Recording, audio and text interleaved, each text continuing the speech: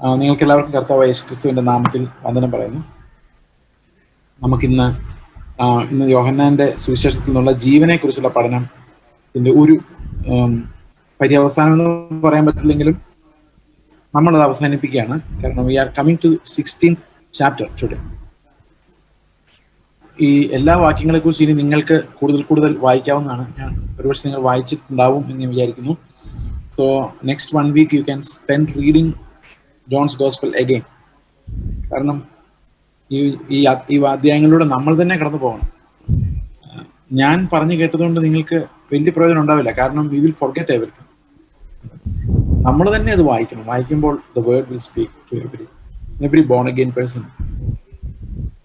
ആ വചനം എത്രയും പെട്ടെന്ന് ഇത് മറന്നു പോകുന്നതിന് മുൻപ് തന്നെ നിങ്ങളത് വായിക്കുകയാണെങ്കിൽ so you can get enriched by the word.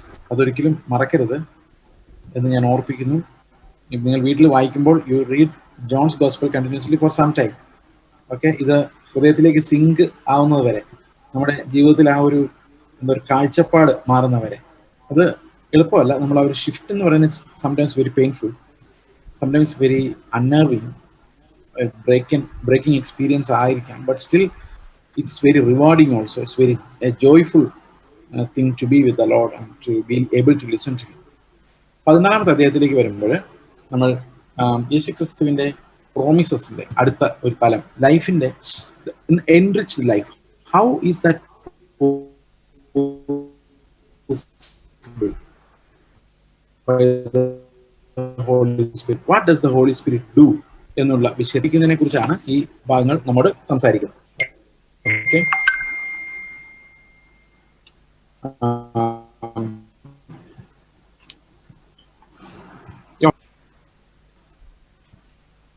നാല് മുതലുള്ള വാക്യങ്ങൾ പറയുന്നത് പരിശുദ്ധാത്മാവിനെ കുറിച്ചാണ്. 5ാം വാക്യം മുതൽ. ഓക്കെ, ഇനി 8ാം വാക്യം മുതൽ നമ്മൾ ഇന്ന് വായിക്കുകയുള്ളൂ. 7ാം വാക്യം പറയുന്നത്, nevertheless I tell you the truth, it is to your advantage that I go away, for if I do not go away, the helper will not come to you. അപ്പൊ കർത്താവും ഞാൻ ഇന്നലെ പറഞ്ഞ പോലെ ജീവൻ വെച്ചെങ്കിൽ മാത്രമേ ഇവർക്ക് ജീവൻ കിട്ടാം. അതല്ലാതെ ഒരു ത്യാഗവും ഒന്നും ഇല്ലാതെ കയ്യിലുള്ള ചുമ്മാ കുറച്ച് എല്ലാവരെയും ഏൽപ്പിച്ചതല്ല. He gave up his life to give it to us. ഗോതമ്പ് മണി നിലത്ത് വീണ് ചാകുകയാണ് ചെയ്തത്.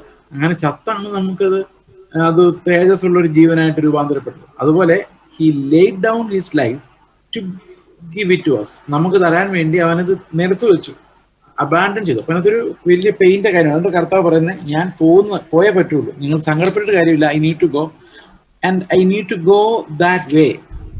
ഓക്കെ, അതായത് എൻ്റെ മുമ്പിൽ വെച്ചിരിക്കുന്ന ഒരു വഴിയുണ്ട്. നമ്മൾ 14ാം അധ്യായത്തിൽ കണ്ടിരുന്നു. ഞാൻ നിങ്ങൾക്ക് സ്ഥലം ഒരുക്കാൻ പോകുന്നു. സ്ഥലം ഒരുക്കാൻ പോകുന്നു എന്ന് പറയുമ്പോൾ സ്ഥലം അവിടെയല്ല ഒരുക്കുന്നത്, ആ സ്ഥലം നമുക്കായിട്ട് ഒരുക്കുകയാണ് എന്ന് പറഞ്ഞാൽ വി ആർ ബീങ് പ്രിപ്പയർഡ്. അതിന് കർത്താവ് ക്രൂശിലേക്കാണ് പോകുന്നത്. ക്രൂശിൽ പോയാണ് അവൻ നമുക്കൊരു വഴി ഉണ്ടാക്കുന്നത്, നമുക്കൊരു സ്ഥലം ഒരുക്കുന്നത്. It's by his death on the cross that a place is prepared for us. അപ്പൊ കർത്താവ് പറഞ്ഞ ക്രൂശിലേക്ക് പോവുകയാണ്, പോയേ പറ്റുള്ളൂ. പോകുന്നത് നിങ്ങൾക്ക് പ്രയോജനമാണ്, നിങ്ങൾക്ക് നല്ലതാണ്. കാരണം you can receive life from the spirit. ആത്മാവിൽ നിന്നുള്ള ജീവനെ നിങ്ങൾക്ക് പ്രാപിക്കുവാൻ കഴിയും. അതുകൊണ്ട് ഞാൻ മരിക്കുന്നതാണ് നിങ്ങൾക്ക് നല്ലത്.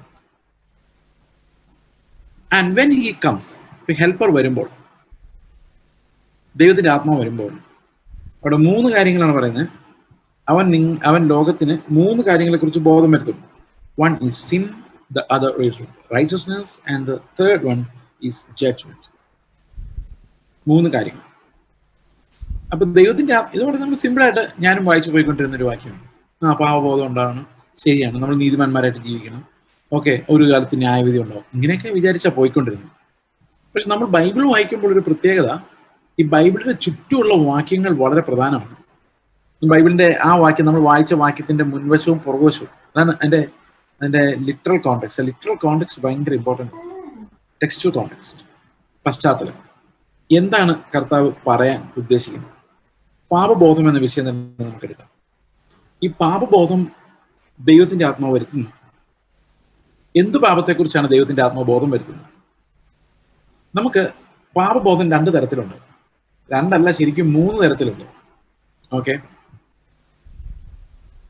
ആദ്യത്തെ 2 അല്ല, ഒരു തരത്തിലുള്ള പാപബോധം എന്ന് പറയുന്നത് അത് ദൈവത്തിന്റെ പൊതു വെളിപ്പാടിൽ നിന്ന് വരുന്നതാണ്. ദൈവത്തിന്റെ പൊതു വെളിപ്പാടിൽ നിന്ന് വരുന്ന പാപബോധം എന്ന് പറയുന്നത് റോമാലേഖനം 1-ാം അധ്യായത്തിന്റെ 19-20 വാക്യങ്ങളിൽ പറയുന്ന ഒരു പൊതു വെളിപ്പാട്, ലോകത്തിലുള്ള എല്ലാ മനുഷ്യർക്കും ലഭിച്ചിട്ടുള്ള വെളിപ്പാടാണ്. ദൈവത്തെക്കുറിച്ചുള്ള 2 കാര്യങ്ങൾ. അത് everyone in the world knows, all religions in the world know. എല്ലാവർക്കും അറിയാവുന്ന വെളിപ്പാട്. അതെന്താണ് 2 കാര്യങ്ങൾ? ദൈവത്തെക്കുറിച്ച് അറിയാവുന്നത് അവർക്ക് വെളിപ്പെട്ടു വന്നിരിക്കുന്നു. തന്റെ നിത്യശക്തിയും ദിവ്യത്വവുമായുള്ള അദൃശ്യ ലക്ഷണങ്ങൾ. 2 things. Invisible attributes. 2 കാര്യങ്ങളാണ് ലോകത്തുള്ള എല്ലാവർക്കും അറിയാവുന്നത്. ഒന്ന്, God is eternally powerful, and the other is he has A divine nature. ഇതെല്ലാ മതങ്ങളിലും അറിയാം. ഒന്ന്, ദൈവത്തിന് ഭയങ്കര ശക്തിയാണ് എന്നുള്ളതും, മറ്റൊന്ന് ദൈവം ചീത്ത മനുഷ്യരെ അല്ലെങ്കിൽ പാപിയെ വെറുക്കുന്നുവെന്നും റൈച്ചസ് ആയിട്ട് നമ്മൾ ജീവിക്കണമെന്ന് ദൈവത്തിന് ആഗ്രഹമാണെന്നും അങ്ങനെ ഒരു സ്വഭാവം ദൈവത്തിനുണ്ടെന്നുള്ള കാര്യം എല്ലാ മതങ്ങൾക്കും അറിയാം. But they interpret righteousness differently. എങ്കിലും അത് അവരവർക്ക് തോന്നുന്ന വെളിപ്പാടിലാണ് ഒരു നീതി എന്താണെന്ന് വ്യാഖ്യാനിക്കുന്നത്. എങ്കിലും എവ്രി വൺ നോസ്, എല്ലാവർക്കും അറിയാം, ദൈവം ഒരു മിനിമം നീതി എല്ലാവരിൽ നിന്ന് പ്രതീക്ഷിക്കുന്നുണ്ട്. അതുകൊണ്ടാണ് വലിയ ക്രൂരന്മാരെയൊക്കെ നമ്മൾ പത്രത്തിൽ വായിക്കുമ്പോൾ നമ്മൾ പലരും പറയുന്നത് അവനോടൊക്കെ ദൈവം ചോദിച്ചോളൂ എന്ന് പറയാൻ കാരണം ദൈവം ഇതൊക്കെ ചോദിക്കാൻ വേണ്ടി ഇരിക്കുന്ന ആളാണെന്ന് എല്ലാവർക്കും അറിയാം. അപ്പൊ പാപം ചെയ്താൽ ദൈവം ചോദിക്കും എന്നുള്ള കാര്യം എല്ലാവർക്കും അറിയാം. അപ്പൊ അത് ഒരു കോമൺ റെവലേഷന്റെ ഭാഗമാണ്. ഓക്കെ, ഒരു കോമൺ റെവലേഷന്റെ ഭാഗമാണ്, എല്ലാവർക്കും അറിയാവുന്ന കാര്യമാണ്. അപ്പൊ പലപ്പോഴും പരിശുദ്ധാത്മാവ് നമുക്ക് ബോധ്യം വരുത്തി, പാവബോധം വരുത്തി എന്നൊക്കെ പറയുമ്പോൾ നമ്മൾ ഇതൊക്കെ ഉദ്ദേശിക്കുന്നുള്ളൂ. ഈ ലോകത്ത് എല്ലാവർക്കും അറിയാവുന്ന മനസാക്ഷിയിൽ നിന്ന് അല്ലെങ്കിൽ നിയമങ്ങളിൽ നിന്ന് നമുക്ക് മനസ്സിലാക്കാൻ പറ്റുന്ന പാപങ്ങളുടെ ഒരു ലിസ്റ്റ് നമ്മൾ റോമാലേഖനം 1-ാം അധ്യായത്തിന്റെ 29 മുതലുള്ള വാക്യങ്ങളിൽ കാണാം. ആ ലിസ്റ്റിൽ കാണുന്ന ഓരോ പാപവും ഒരു വലിയ ലിസ്റ്റാണ്. ആ ലിസ്റ്റിൽ കാണുന്ന ഓരോ പാപവും ദൈവത്തിന്റെ ആത്മാവ് ഇല്ലാതെ തന്നെ ലോകത്തിലുള്ള എല്ലാ മനുഷ്യർക്കും പാപമാണ് എന്ന് മനസ്സിലാകുന്ന പാപങ്ങളാണ്. ആ പാപങ്ങളുടെ ലിസ്റ്റ് നമ്മൾ നോക്കിയാൽ മനസ്സിലാവും ഇതുപോലും നമുക്ക് ഇന്നത്തെ കാലത്ത് ബോധം ഉണ്ടാകുന്നില്ല. അപ്പൊ ശരിക്കും ദൈവത്തിന്റെ ആത്മാവിന്റെ പ്രവൃത്തി നമ്മുടെ ഇടയിൽ ഉണ്ടോ എന്നുള്ളത് ഇന്ന് നമ്മൾ വളരെ ഹാർഡായിട്ട് നമ്മളോട് ചോദിക്കേണ്ട ഒരു ചോദ്യമാണ്. Are you seeing any work of the Holy Spirit in our midst? നമ്മുടെ ഇടയിൽ പരിശുദ്ധാത്മാവിന്റെ എന്തെങ്കിലും പ്രവൃത്തികൾ നമ്മൾ കാണുന്നുണ്ടോ? പാപബോധം, ഫോർ എക്സാമ്പിൾ, ദൈവത്തിന്റെ ആത്മാവ് പാപബോധം വരുന്നത് നമ്മൾ കാണുന്നുണ്ടോ? നമ്മുടെ ചുറ്റും കാണുന്നുണ്ടോ? അതോ മനസാക്ഷിയാണോ ഈ പാപബോധം വരുന്നത്? നമ്മൾ ഈ കാണുന്ന ലിസ്റ്റിലുള്ള പാപബോധമേ നമുക്ക് വരുന്നുള്ളോ? ഇപ്പൊ ഞാൻ ആ ലിസ്റ്റ് ഒന്ന് കാണിച്ചു തരാം. ഈ പാപബോധം ദൈവത്തിന്റെ ആത്മാവ് ഇല്ലാതെ തന്നെ നമുക്ക് ലഭിക്കുന്ന പാപബോധമാണ്.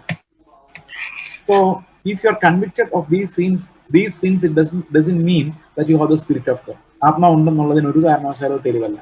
ഓക്കെ, അത് നല്ല മനസാക്ഷിയുള്ളവർക്കും അങ്ങനെ തന്നെ ആ പാപബോധങ്ങൾ ഉണ്ടാകാം. എന്തൊക്കെയാണ് ആ പാപങ്ങൾ നമുക്ക്? റോമാലേഖനം 1-ാം അധ്യായം 29-ാം വാക്യം. We need to distinguish the sins that the Holy Spirit reveals to us and conscience reveals to us and also the law reveals to us. These are three different things. Okay, നമുക്ക് മനസാക്ഷി അല്ലെങ്കിൽ മനസാക്ഷി വെളിപ്പെടുത്തരുന്ന അല്ലെ ലോകത്തിലെ നിയമങ്ങൾ വെളിപ്പെടുത്തരുന്ന ഒരു level, ദൈവത്തിന്റെ ന്യായപ്രമാണം നമുക്ക് വെളിപ്പെടുത്തരുന്ന നീതി എന്റെ രണ്ടാമത്തെ ലെവൽ, പരിശുദ്ധാത്മാവ് വെളിപ്പെടുത്തുന്ന പാപം. അല്ല, ആദ്യം പറഞ്ഞാൽ മനസാക്ഷി അല്ലെങ്കിൽ ലോകത്തിന്റെ വ്യവസ്ഥകൾ നമുക്ക് മനസ്സിലാക്കി തരുന്ന പാപം. രണ്ടാമത്തേത് ദൈവത്തിന്റെ ന്യായപ്രമാണം നമുക്ക് വെളിപ്പെടുത്തരുന്ന പാപം. മൂന്നാമത്തേത് പരിശുദ്ധാത്മാവ് നമുക്ക് വെളിപ്പെടുത്തരുന്ന പാപം. നമുക്ക് ആദ്യം ഈ ന്യായപ്രമാണം വെളിപ്പെടുത്തരുന്ന പാപം എന്താണെന്ന് നോക്കാം. അല്ല, ന്യായപ്രമാണം അല്ല, സോറി, മനുഷ്യരുടെ പ്രമാണങ്ങൾ ആൻഡ് മനസാക്ഷി. ഓക്കെ, അത് ലോകത്തിലുള്ള എല്ലാ മതങ്ങൾക്കും ഉണ്ട്, കോമൺ റെവലേഷൻ ആണ്. എന്നാൽ ന്യായപ്രമാണത്താൽ വെളിപ്പെടുന്ന പാപങ്ങൾ ന്യായപ്രമാണം കിട്ടിയവർക്ക് മാത്രമേ ഉള്ളൂ, മോശയിലൂടെ അത് ലഭിച്ചവർക്ക് മാത്രമേ ഉള്ളൂ. അപ്പോൾ ദാറ്റ്സ് സ്പെസിഫിക്, അത് ജനറൽ അല്ല, പർട്ടിക്കുലർ കുറച്ച് ആൾക്കാർക്ക് മാത്രമേ. എന്നാൽ ഇത് എല്ലാവർക്കും ഉള്ളതാണ്. നമുക്ക് നോക്കാം എന്താണ്. 29-ാം വാക്യം ഇങ്ങനെയാണ് വായിക്കുന്നത്. They were, ഞാൻ 4 or 5 വായിക്കുള്ളൂ, നമ്മൾ ഒത്തിരി സമയം കളയേണ്ട കാര്യമില്ല. They were filled with all manner of unrighteousness, അനീതി, evil, ദുഷ്ടത, covetousness എന്ന് പറയുന്നത് അത്യാഗ്രഹം, മാലിസ്, മറ്റുള്ളവരുടെ വിദ്വേഷം, മാലിസ്, ഇവ നിറഞ്ഞവ. They were filled with these things. ഇനി ഇതിനകത്ത് കുറ്റം പറയുന്നവരുണ്ട്, ഗോസിപ്പേഴ്സ് ഉണ്ട്, പൊങ്ങച്ചം പറയുന്നവരുണ്ട്, അഹങ്കാരികളുണ്ട്.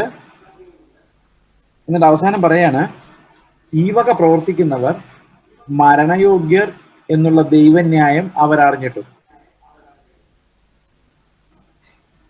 ഇപ്പൊ ദൈവത്തിന്റെ ന്യായം എന്താണ്? ഈ വക പ്രവർത്തിക്കുന്നവർ മരണയോഗ്യർ. നിങ്ങൾ ഇതിൽ ഏതെങ്കിലും ഒരു പാപം വായിച്ചു നോക്കി, ലോകത്തിൽ ആരോട് ചോദിച്ചാലും പറയും അത് തെറ്റാണ്. പൊങ്ങച്ചൊടിക്കുന്ന തെറ്റാന്ന് പെന്തുക്കൂസർക്ക് അറിയത്തില്ലെങ്കിൽ നാട്ടുകാർക്ക് മുഴുവൻ അറിയാം. തള്ള് പാപമാണ്.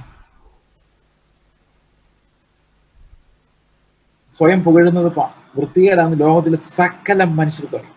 അപ്പോൾ നമുക്കറിയാം. അതുപോലെ അത്യാഗ്രഹം, കവറ്റോസ്നെസ്, ഗ്രീഡ്, അത് പാവമാണ്, എല്ലാവർക്കും അറിയാം ലോകത്തിലൊരു. പക്ഷെ നമുക്കറിയില്ല. നമ്മൾ വിചാരിച്ചിരിക്കുന്നത് greedier you are, more faithful you are now. No, not faithful. You are having more belief. That's greed. For example, നിങ്ങൾക്ക് ഒരു 2 മുറിയുള്ള ഒരു വീട് പണിയാനാണോ 2 നിലയുള്ള വീട് പണിയാനാണോ കൂടുതൽ വിശ്വാസം വേണ്ടത്? 2 നിലയുള്ള വീട് പണിയാൻ, അതല്ലേ ഗ്രീഡ്. അപ്പൊ ഗ്രീഡ് എന്ന് പറയുന്നത് ശരിക്കും, എനിക്കൊരു ചെറിയ വീട് മതി ബ്രദർ, നിന്റെ വിശ്വാസം പോരാ. You need more greed to be more believing. So for us, faith is an expression of our greed, a glorified expression of our greed. നമ്മുടെ അത്യാഗ്രഹത്തെ ഇത്തിരി സുന്ദരമായി അവതരിപ്പിക്കുന്ന ഒരു ഭാഷയാണ് നമ്മൾ ഇന്ന് വിശ്വാസം എന്ന് വിളിക്കുന്നത്. ബ്രദറെ വിശ്വസിക്കും, ബ്രദറെ ദൈവം സാധിപ്പിക്കും, ബ്രദറെ എന്തെങ്കിലും ആഗ്രഹിച്ചോ. Be greedy, God will help you satisfy your greed. Oh, we are so easily deceived by greed, അല്ലേ? നമ്മുടെ അത്യാഗ്രഹം വെച്ച് എത്ര ഈസി ആയിട്ട് ഈ ശുശ്രൂഷകരെല്ലാം കൂടെ പഠിച്ചത്. We didn't even discern this. നമ്മൾ ഓരോരുത്തരും ഓരോന്ന് വാഗ്ദത്തങ്ങൾ തന്നോണ്ടിരുന്നു. നമ്മൾ ഭയങ്കര ഗ്രീഡി ആയിപ്പോയി. അത് ഗ്രീഡ് നമ്മുടെ ദൈവത്തിന്റെ അടുത്ത് വെച്ചിട്ട് പറയാം, തന്നേ പറ്റൂ, എനിക്ക് ഇല്ലാതെ സഹിക്കാൻ പറ്റില്ല, കർത്താവ് എങ്ങനെയും എനിക്ക് തരണേ. Greedy. And all the world knows covetousness is a sin that can throw you into hell. ഈ വക പ്രവർത്തിക്കുന്നവർ മരണയോഗ്യർ. പിണങ്ങിയിരിക്കുന്നവർ മരണയോഗ്യർ. നിങ്ങൾ വേണേൽ ലിസ്റ്റ് വായിച്ചു നോക്കും. ആരെങ്കിലും പിണങ്ങിയിരിപ്പുണ്ടോ? അത് കൊള്ളൂലെന്ന് ലോകത്തുള്ള മുഴുവൻ ആൾക്കാർക്ക് അറിയാം. പക്ഷെ ദൈവത്തിന്റെ ആത്മ ഇവിടെ ഒന്നും നമ്മളെ കറക്റ്റ് ചെയ്യുന്നതായിട്ട്, ഈവൻ കോമൺ റെവലേഷനിലുള്ള പാപത്തെ പോലും നമുക്ക് ഓർമ്മ വരുന്നില്ല. ഒരാളുടെ പിണങ്ങിയിരിക്കുകയാണെങ്കിൽ വിൽ ജസ്റ്റിഫൈ അവർസെൽസ് ആൻഡ് സേ അവനോട് അങ്ങനെ മിണ്ടുന്നില്ല. പണ്ട് എനിക്കൊരു എക്സ്പീരിയൻസ് ഉണ്ട്. ഞങ്ങളുടെ ചർച്ചില് ലോസപ്പ് കപ്പിൾമേശ അപ്പം നോക്കുന്നതിന് മുമ്പൊരു അനുതാപം ഉണ്ടല്ലോ. വലിയ ഗുണമൊന്നുമില്ലാത്ത അനുതാപമാണെങ്കിലും വി ഡു ഇറ്റ്. അപ്പൊ ഇത് നമ്മുടെ സർവീസ് തുടങ്ങാൻ പോവാണ്. സർവീസ് തുടങ്ങുന്നതിന് അരമണിക്കൂർ മുമ്പ് നമ്മുടെ ചർച്ചിലൊരു ബ്രദറിനോട് പറഞ്ഞു, അതെ ബ്രദറെ ഞാൻ ഇന്ന് കർപ്പുമേശ എടുക്കുന്നില്ല കേട്ടോ. എനിക്ക് എന്താ കാര്യം? അപ്പൊ ഞങ്ങളോട് ചെന്ന് വർഷിപ്പ് ചെയ്യുന്ന സ്ഥലത്ത് ചെന്നു. അതെന്താണെന്ന് വെച്ച് കഴിഞ്ഞാൽ വ്യക്തമായിട്ട് എനിക്ക് ഒരു പ്രോബ്ലം ഉണ്ട്, അത് തീർന്നില്ല, അതുകൊണ്ട് ഞാൻ ഈ പ്രാവശ്യം എടുക്കുന്നില്ല. ഞാൻ പറഞ്ഞു ഓക്കെ, അരമണിക്കൂർ സമയമുണ്ടല്ലോ, നമുക്ക് അതേതുകൊണ്ട് സംസാരിച്ചാലോ? ഒന്നും വേണ്ട, പുള്ളി ദൂരെ ഇപ്പൊ എടുക്കുന്നില്ല. ഞാൻ പറഞ്ഞു ഞാൻ ഫോൺ ചെയ്യാം, നമുക്ക് രമ്യപ്പെടണമല്ലോ. സോറി അങ്ങ് പറഞ്ഞ തീരുന്ന പ്രശ്നമല്ല, ലോകത്ത് എന്താ പ്രശ്നമല്ല, നമുക്കിങ്ങ് പറഞ്ഞേക്കാം. എന്നാലും പുള്ളി പറയാ അങ്ങനെ അങ്ങ് വിടാൻ ഞാൻ ഉദ്ദേശിച്ചിട്ടില്ല എന്ന് പറഞ്ഞാൽ കർത്തൃമേശ കിട്ടിയാലും കുഴപ്പമില്ല, കർത്താവിന്റെ രക്തത്തിൽ ഞാൻ പങ്കാളി ആയാലും കുഴപ്പമില്ല, ആ ആരാധനയിൽ അപ്പം നുറുക്കിയുള്ള ആരാധനയിൽ ഞാൻ പങ്കാളി ആയാലും കുഴപ്പമില്ല, പക്ഷെ അവനെ ഞാൻ വെറുതെ വിടും. This is the attitude. അയാൾക്ക് അറിയാൻ മേലെ പിണങ്ങിയിരിക്കുന്ന മരണയോഗ്യനാണ്. അവൻ ഈ ശിക്ഷാവിധി പിന്നെയും കുടിക്കുകയും ചെയ്യേണ്ട, അത് ഓൾറെഡി ഉള്ളിൽ ഇരിപ്പുണ്ട്. So that's the law of the Lord that's revealed to everyone irrespective of their religious identity or affiliation. അപ്പൊ അങ്ങനെ ഉള്ള ഒരു വ്യവസ്ഥ നമുക്ക് അതുപോലും ബ്രദറെ ദൈവത്തിന്റെ ആത്മാവിനെ കാണിച്ചു തന്നു ബ്രദറെ, ഞാൻ അയാളുടെ വൈരാഗ്യബുദ്ധിയോടെ പെരുമാറി. ദൈവത്തിന്റെ ആത്മാവൊന്നും ആയിരിക്കില്ല, ചിലപ്പോൾ മനസാക്ഷി ആയിരിക്കും. കാരണം ഈ വൈരാഗ്യബുദ്ധിയൊക്കെ പാപമെന്ന് മനസാക്ഷിക്ക് തന്നെ അറിയാം. സോ അത് ദൈവത്തിന്റെ ആത്മാവ് തന്നെ കാണിച്ചു തന്നാണ് നമുക്ക് ഉറപ്പൊന്നും ഇല്ല.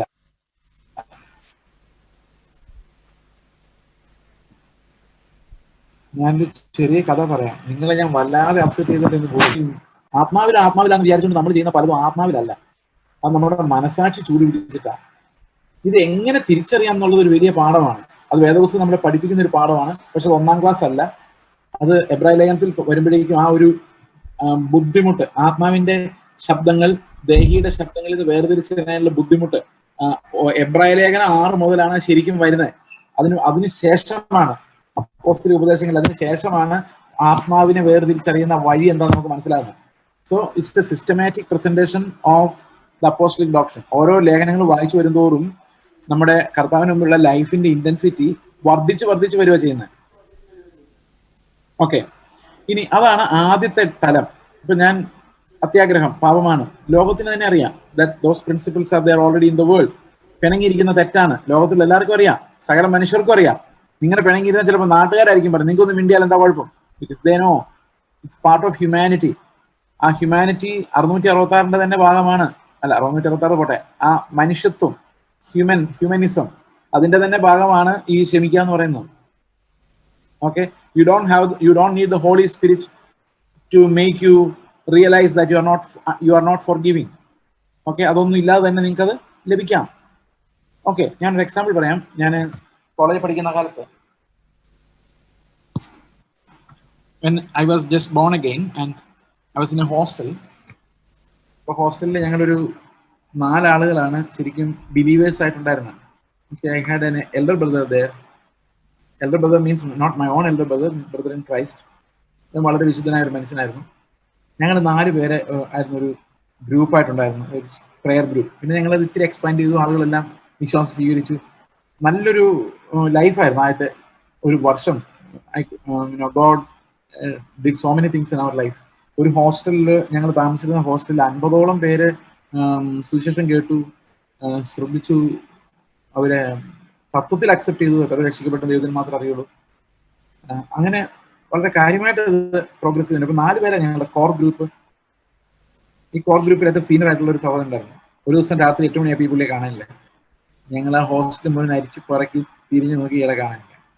ഞങ്ങൾ ഹോസ്റ്റലിൽ ചെന്ന വാർഡിന്റെ ഡോർ മുട്ടി ഈ ബ്രദറിനെ കാണുന്നില്ല സാർ, എന്ത് ചെയ്യണമെന്ന് അറിയില്ല, എവിടെ പോയെന്ന് അറിയില്ല. കാരണം നിങ്ങൾക്കറിയോ, ഇങ്ങനെ ഹോസ്റ്റലുകളെ കാണാതെ പോയാൽ ആരും കംപ്ലൈന്റ് ചെയ്യുന്നില്ല. കാരണം അയാൾ ചിലപ്പം മതിയായി സിനിമയ്ക്ക് പോയിരിക്കും, ചിലപ്പോൾ കൂട്ടുകാരുടെ കറങ്ങാൻ പോയിരിക്കും, നമുക്ക് അങ്ങനെ കംപ്ലൈന്റ് ചെയ്യാൻ പറ്റില്ല. But about this man everyone knows he will not do any mistake. അപ്പൊ പുള്ളി എവിടെ പോയി എന്നുള്ളത് ഒരു വലിയ പ്രശ്നമായി. അപ്പം സാറ് പറഞ്ഞു, വാർഡൻ പറഞ്ഞു, നിങ്ങൾ അവിടെ എങ്ങാനും പോയി കിടക്കുക, ആ പുള്ളി എങ്ങും പോകില്ല, അയാൾ ഇവിടെ തന്നെ കാണും. കാരണം everyone has good testimony about him. No one expects that he will jump the wall and go somewhere without permission. ഒരിക്കലും അങ്ങനെ പോകുന്ന ആർക്കും പ്രതീക്ഷയില്ല, ആർക്കും അങ്ങനെ ചിന്തിക്കാൻ പോലും പറ്റത്തില്ല. അപ്പൊ ഞങ്ങളിത് ചിന്തിക്കുന്നില്ല, അങ്ങനെ ചിന്തിക്കും. ഞങ്ങൾ ചുറ്റും അവിടെ പോയി അന്വേഷിച്ചു, ഒരിടത്തും പുള്ളിയില്ല, നോ വേർ. അപ്പൊ എന്റെ കൂടെ ഇപ്പൊ അദ്ദേഹം അടൂരിലുണ്ട്, ഒരു സഹോദരൻ പറഞ്ഞു. അദ്ദേഹം പറഞ്ഞു, ചേച്ചി എന്ത് പറ്റിയതായിരിക്കും? ഞാൻ പറഞ്ഞു, എനിക്കറിയില്ല എന്ത് പറ്റിയതായിരിക്കും. ഇതുകൊണ്ട് പറയാതെ എന്തായാലും പോയില്ല, നമ്മളോടെങ്കിലും പറയാതിരിക്കില്ല എവിടെയെങ്കിലും പോയാൽ. What would have happen? അപ്പോ ഈ ബ്രദർ പറഞ്ഞു, ഒരു പക്ഷെ കർത്താവ് വന്നിട്ട് പോയതായിരിക്കും. പെട്ടെന്ന് എന്റെ ഉള്ളിലേക്ക് ഒരു ഭയം ഉണ്ടായി. ആയിരിക്കും. കാരണം if the Lord had come, sure I'd often go, because he was so spiritual, always reading the Bible, praying, was sort of a leader to us. പുള്ളി പോകും. അപ്പൊ നമ്മൾ ശരിക്കും രക്ഷിക്കപ്പെട്ടില്ലായിരുന്നു, സംഗതി ചുറ്റാവുമല്ലോ. അപ്പൊ ഞാൻ തീരുമാനിച്ചു, എന്റെ ദൈവമേ, നമ്മുടെ രക്ഷയിലോട്ട് നടത്തിയ കുറെ ആശാന്മാരുണ്ടല്ലോ, അവരൊക്കെ കാണുമോ? നാളെ എന്തായാലും ആദ്യം പോയത് നോക്കാം. ഇനി സ്റ്റുഡന്റ് ലീഡേഴ്സ് നാളെ രാവിലെ പോയി നോക്കാം എന്ന് വിചാരിച്ച് ഇങ്ങനെ ഇരിക്കുകയാണ്. അപ്പൊ ഒരു 9:30-10 മണിയായപ്പോൾ ഈ ബ്രദർ ഒരു ബൈബിളും പിടിച്ചുകൊണ്ട് നടന്നു വരുന്നുണ്ട്. പുള്ളി എങ്ങാണ്ട് പ്രാർത്ഥിക്കാൻ സീക്രട്ടായിട്ട് പോയിരുന്നതാ. ഇവരെ വിളിച്ചതും ആദരി കാര്യങ്ങളൊന്നും ആരും ഇത് അറിഞ്ഞതേയില്ല. ഏതായാലും തൽക്കാലം രക്ഷപ്പെട്ടു. ഇനി നാളെ ഇങ്ങനെ വരാമല്ലോ. അപ്പം ദ അഷുറൻസ് ഓഫ് സാൽവേഷൻ എന്ന് പറയുന്നത് എന്താണ്? നമ്മൾ പോകും ഉറപ്പില്ലെങ്കിൽ നമ്മൾ എങ്ങനെ കിടന്നുറങ്ങും? രാത്രി ഉറക്കം വരണ്ടേ? എന്റെ പാസ്റ്ററെ യാതൊരു ഉറപ്പുമില്ല, എന്നിട്ടും കട്ടിലെ കിടക്കുന്നതിന് മുമ്പ് കൂർക്കം വിളിക്കുകയാണെന്ന് നിങ്ങൾ പറയുവാണെങ്കിൽ you have some real problem. കാരണം രാത്രി കർത്താവ് വരും, നിങ്ങൾ സ്വർഗത്തിൽ പോകും നിങ്ങൾക്ക് ഉറപ്പില്ലെങ്കിൽ നിങ്ങൾ എന്ത് സമാധാനത്തോടെ കിടന്നുറങ്ങുമെന്ന് എനിക്ക് ഇപ്പോഴും മനസ്സിലാകും. Really I fail to understand. അല്ലെ? റിയലി അത് ഭയങ്കര പ്രോബ്ലം അല്ലേ? നിങ്ങൾ എങ്ങനെ സമാധാനത്തിൽ കിടന്നുറങ്ങും if you don't have that assurance?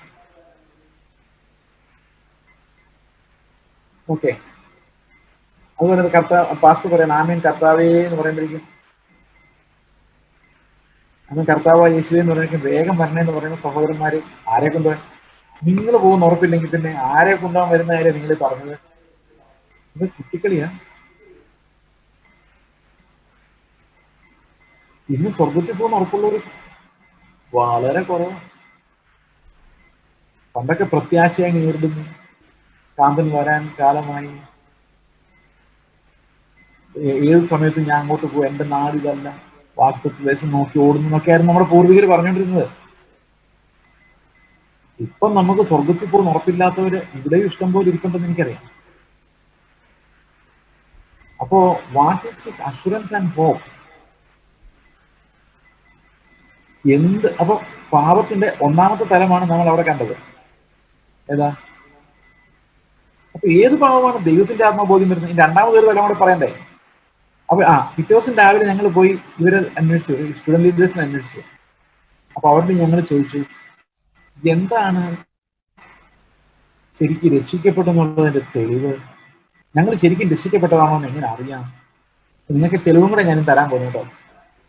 അപ്പൊ അവര് പറഞ്ഞു, അത് നമ്മൾ എന്തെങ്കിലും ചെയ്യാൻ പോകുമ്പോൾ അത് തെറ്റാണെങ്കിൽ നമ്മുടെ ഉള്ളിൽ അത് തെറ്റാണ് ചെയ്യരുതെന്ന് പറയുന്ന ഒരു ശബ്ദം ഉണ്ടെങ്കിൽ നമ്മൾ വീണ്ടും ജനിച്ചാൽ അത് അങ്ങനെയാണെങ്കിൽ ഓക്കെ, കാരണം എപ്പോഴും തെറ്റാണല്ലോ വരുന്നത്, അപ്പൊ പിന്നെ എപ്പോഴും ഈ ശബ്ദം ഉണ്ട് താനും, അപ്പൊ പിന്നെ രക്ഷിക്കപ്പെട്ടതായിരിക്കും എന്ന് ഞാൻ വിചാരിച്ചു. പക്ഷെ പിന്നെ മനസ്സിലാകുന്നത് ഇതെല്ലാം മനസാക്ഷിക്ക് വേണമെങ്കിൽ അങ്ങനെ വഞ്ചിക്കാം എന്നുള്ള കാര്യം എനിക്ക് മനസ്സിലാകുന്നു. അപ്പോൾ അതല്ല അതിന്റെ സംഭവം. ഇനി രണ്ടാമത്തെ തലം പാപം എന്താന്ന് നോക്കിയേ. രണ്ടാമത്തെ തലം പാപം എന്ന് പറഞ്ഞാൽ ന്യായപ്രമാണം നമുക്ക് ബോധ്യം വരുന്ന പാപമാണ്. മാങ്ങയുടെ കാര്യം ഓർമ്മയുണ്ടോ? മാങ്ങ സീഡ് ഓഫ് ദ മൈൻഡ്, അത് നമുക്ക് തിന്നാൻ പറ്റത്തില്ല. എന്ന് പറഞ്ഞാൽ നമ്മുടെ ശരീരത്തിന് ഒരു പ്രവണതയുണ്ട്. ആ പ്രവണത നമുക്ക് ഒരിക്കലും തോപ്പിക്കാൻ പറ്റില്ല, ജലീലമായിട്ട് അതിനെ തോപ്പിക്കാൻ പറ്റില്ല. ഇനി സാധാരണ പ്രാർത്ഥിക്കുമ്പോൾ പറയുന്നൊരു കാര്യമുണ്ടല്ലോ, കർത്താവെ അറിഞ്ഞുകൊണ്ടും അറിവോടെയും അറിവ് കൂടാതെയും ചെയ്തു പോയ പാപങ്ങൾ ഞങ്ങളോട് ക്ഷമിക്കണം. നിങ്ങളൊന്ന് പറയാം, ഇതിനകത്ത് ഏത് പാപമാണ് കൂടുതൽ സീരിയസ്? അറിവോടെ ചെയ്തതാണോ അറിയാതെ ചെയ്തതാണോ? ഏതാ കൂടുതൽ സീരിയസ്? നമ്മൾ അറിഞ്ഞുകൊണ്ട് ചെയ്താൽ കൂടുതൽ സീരിയസ് അല്ലേ നമ്മൾ വിചാരിച്ചിരിക്കുന്നത്? ദൈവത്തിന് മുമ്പിൽ അതാ we are more culpable when we are doing sin deliberately. മനഃപൂർവ്വം പാപം ചെയ്യുമ്പോൾ ദൈവത്തിന് മുമ്പിൽ നമ്മൾ കൂടുതൽ കുറ്റവാളികളാണ്.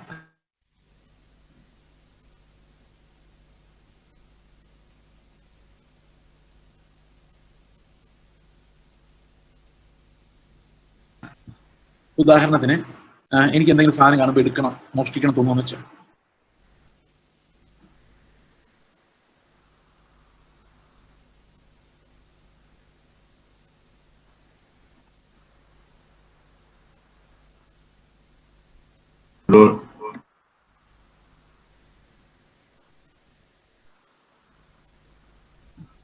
ഹലോ കേൾക്കുന്നുണ്ടോ?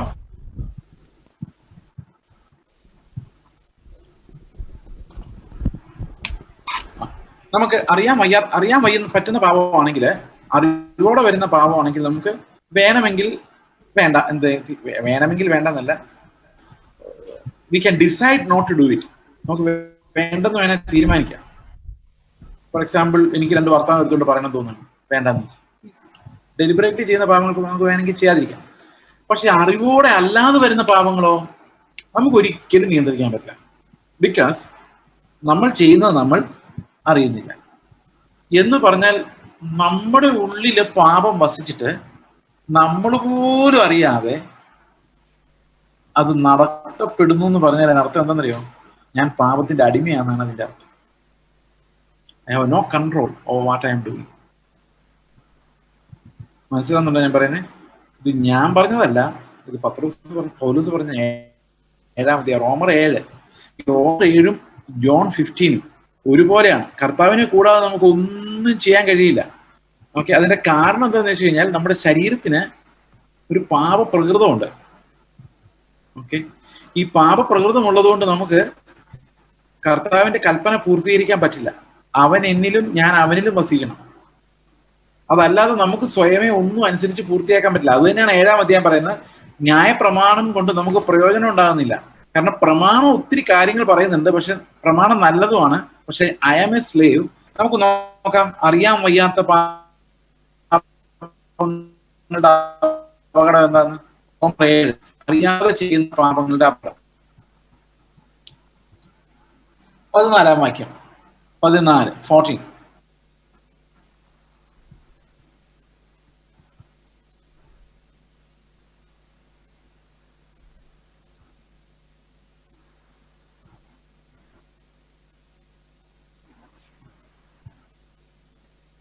For we know that the law is spiritual.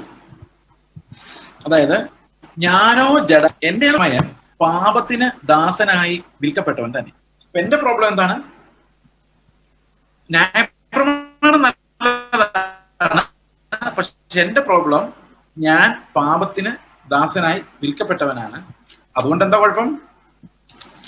I M of the flesh, sold under sin, for I do not understand my own actions. അപ്പൊ ഞാൻ എന്താണ് ചെയ്യുന്നത് എനിക്ക് അറിയാൻ പറ്റുന്നില്ല. അതാണ് എന്റെ പ്രോബ്ലം. നിങ്ങൾ ആലോചിച്ച് നോക്കി, ഏത് പാവം അപ്പൊ സീരിയസ്? ഏതാണ് എന്നെ അടിമയാക്കി മാറ്റിയിരിക്കുന്നത്? ഏതാണ്? അറിയാൻ വയ്യാത്ത പാവങ്ങൾ അല്ലെ? Okay. For I do not understand my own actions, for I do not do what I want. എനിക്ക് വേണ്ടതല്ല ഞാൻ ചെയ്യുന്നത്. എനിക്ക് വേണ്ടത് എനിക്ക് ചെയ്യാൻ പറ്റുന്നില്ല. പിന്നെ എന്താ സംഭവിക്കുന്നു നോക്കിയേ? But I do the very thing I hate.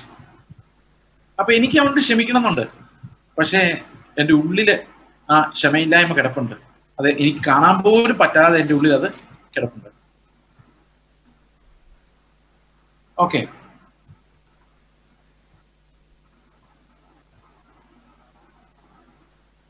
അപ്പോൾ അടുത്ത വാക്യം നോക്കി. Now if I do what I do not want, I agree with the law. 17th verse.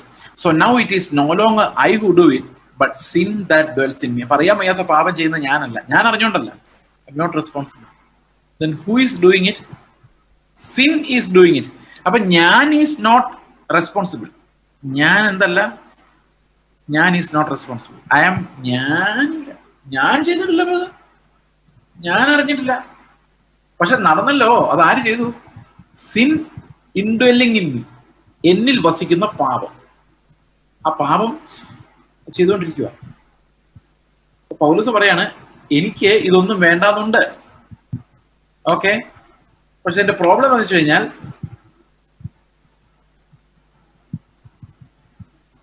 എനിക്ക് ഇതിന്മേൽ യാതൊരു കൺട്രോളും ഇല്ലെന്നുള്ളതാണ് എന്റെ പ്രോബ്ലം. എനിക്കൊരു കൺട്രോളും ഇല്ല. അപ്പൊ ഞാൻ ഇച്ഛിക്കാത്ത കാര്യങ്ങൾ എന്നിൽ നിന്ന് ഇങ്ങനെ വന്നുകൊണ്ടിരിക്കുകയാണ്. അപ്പൊ നോക്കി, എന്തുകൊണ്ടാണ് ഇങ്ങനെ വന്നുകൊണ്ടിരിക്കുന്നത്? അതിനൊരു കാരണമുണ്ട്. ഞാൻ നിങ്ങൾ നേരത്തെ പറഞ്ഞില്ല, ഇവിടെയാണ് ന്യായപ്രമാണം പാപബോധം വരുന്നത്. ഇതുവരെ നമുക്ക് മനസാക്ഷി മതിയായിരുന്നു.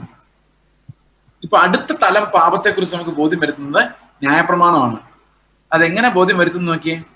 21 വാക്യം തൊട്ട് നമുക്കൊന്ന് വായിക്കാം. 21. ഓക്കെ, ഞാൻ വായിക്കാം.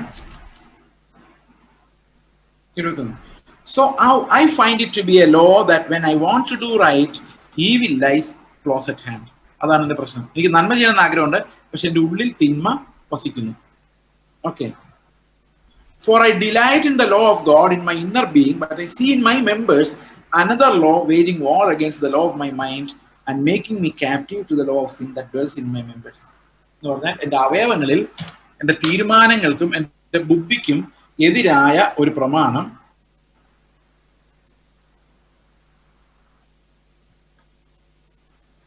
വാഴുന്നു. എതിരായുള്ളൊരു പ്രമാണം കണ്ടോ? ഓക്കെ. ആ വാഴുന്ന പ്രമാണം എന്ത് ചെയ്യുന്നു? എന്നെ ആ പാപത്തിന്റെ അടിമത്തത്തിലേക്ക് എന്നെ മാറ്റുന്നു. ഓക്കെ. അപ്പൊ അടിമത്തം ഉണ്ടാകുന്നത് എങ്ങനെയാ? എന്റെ ബുദ്ധി കൊണ്ട് എനിക്ക് ദൈവത്തെ അനുസരിക്കണം എന്നുണ്ട്, പക്ഷേ സാധിക്കുന്നില്ല. അതിന്റെ കാരണം എന്റെ ശരീരത്തിൽ അതിനെതിരെയുള്ള ഒരു പ്രമാണം വർക്ക് ചെയ്യുന്നു. ഈ എതിരെയുള്ള പ്രമാണം എന്നുള്ളത് നമ്മളൊന്ന് ശ്രദ്ധിച്ചു നോക്കിയേ.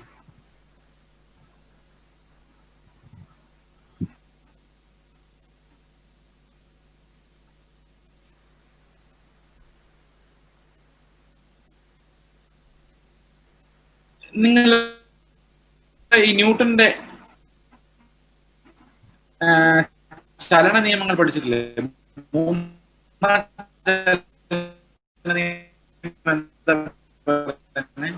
Anyone remembers Newton? തുല്യവും, can you hear me? തുല്യവും വിപരീതവുമായ ഒരു പ്രതിപ്രവർത്തനമുണ്ട്. To every action there is an equal and opposite reaction. എല്ലാ പ്രവർത്തനങ്ങൾക്കും തുല്യവും വിപരീതവുമായ ഒരു പ്രതിപ്രവർത്തനമുണ്ട്. ഇത് ആരാ പറയുന്നത്? ന്യൂട്ടന്റെ ചലന നിയമം പറയുന്നത് അല്ലേ എല്ലാത്തിനും. അതുകൊണ്ടാണ് നമ്മൾ വണ്ടിക്കകത്ത് തള്ളിയാൽ ആ വണ്ടി മുമ്പോട്ട് പോകുന്നത്. അതിന്റെ കാരണം നമ്മൾ മുമ്പോട്ട് എങ്ങനെ തള്ളുന്നോ അത്രയും ശക്തി കൊണ്ട് എന്റെ ബോഡി കൊണ്ട് ഞാൻ ഇതിനെ പുറകോട്ട് തള്ളും. ഇത് എവിടുന്ന ന്യൂട്ടന് കിട്ടിയത്?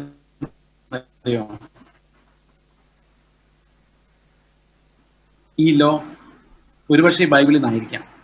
കാരണം ബൈബിളിൽ പറയുന്നത് നമ്മൾ എന്ത് സൽപ്രവൃത്തി ചെയ്താലും, ഈ ന്യൂട്ടൺ പല കാര്യങ്ങളും കണ്ടിട്ടാണ് പലത്. അല്ലെ, ആപ്പിൾ താഴെ വീണപ്പോഴാണ് പുള്ളി ഗ്രാവിറ്റി കണ്ടുപിടിച്ചത്. അതുപോലെ തന്നെ ഇവിടെ പറഞ്ഞിരിക്കുന്നത് അതുപോലെ ഒരു കൗണ്ടർ ഫോഴ്സ് ആണ്.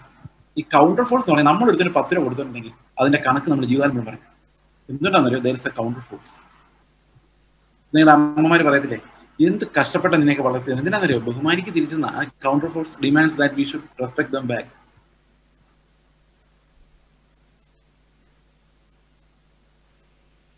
കണക്കില്ലാത്ത എന്തെങ്കിലും പണികൾ ചെയ്യുമോ?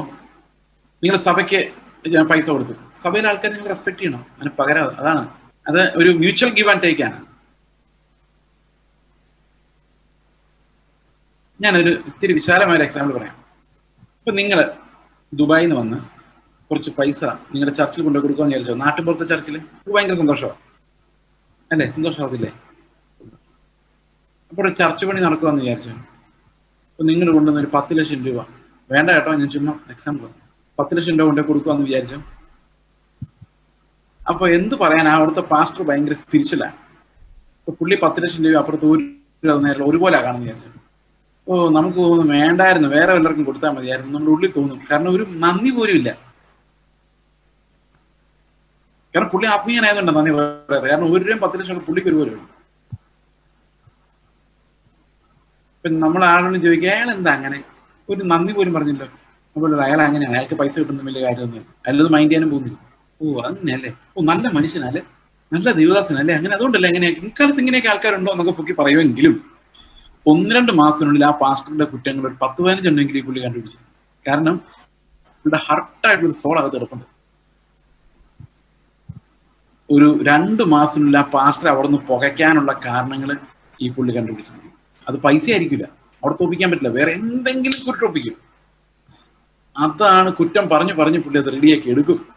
ഇത് പുള്ളി പോലും അറിയുന്നില്ല, ഇത് ഇങ്ങനെയുള്ളൊരു മുറിവ് കൊണ്ടാണ് ഞാനിത് ചെയ്യുന്നതെന്ന് പുള്ളി പോലും അറിയുന്നില്ല. പുള്ളി പറയുമ്പോൾ എല്ലാം നീതിയാ.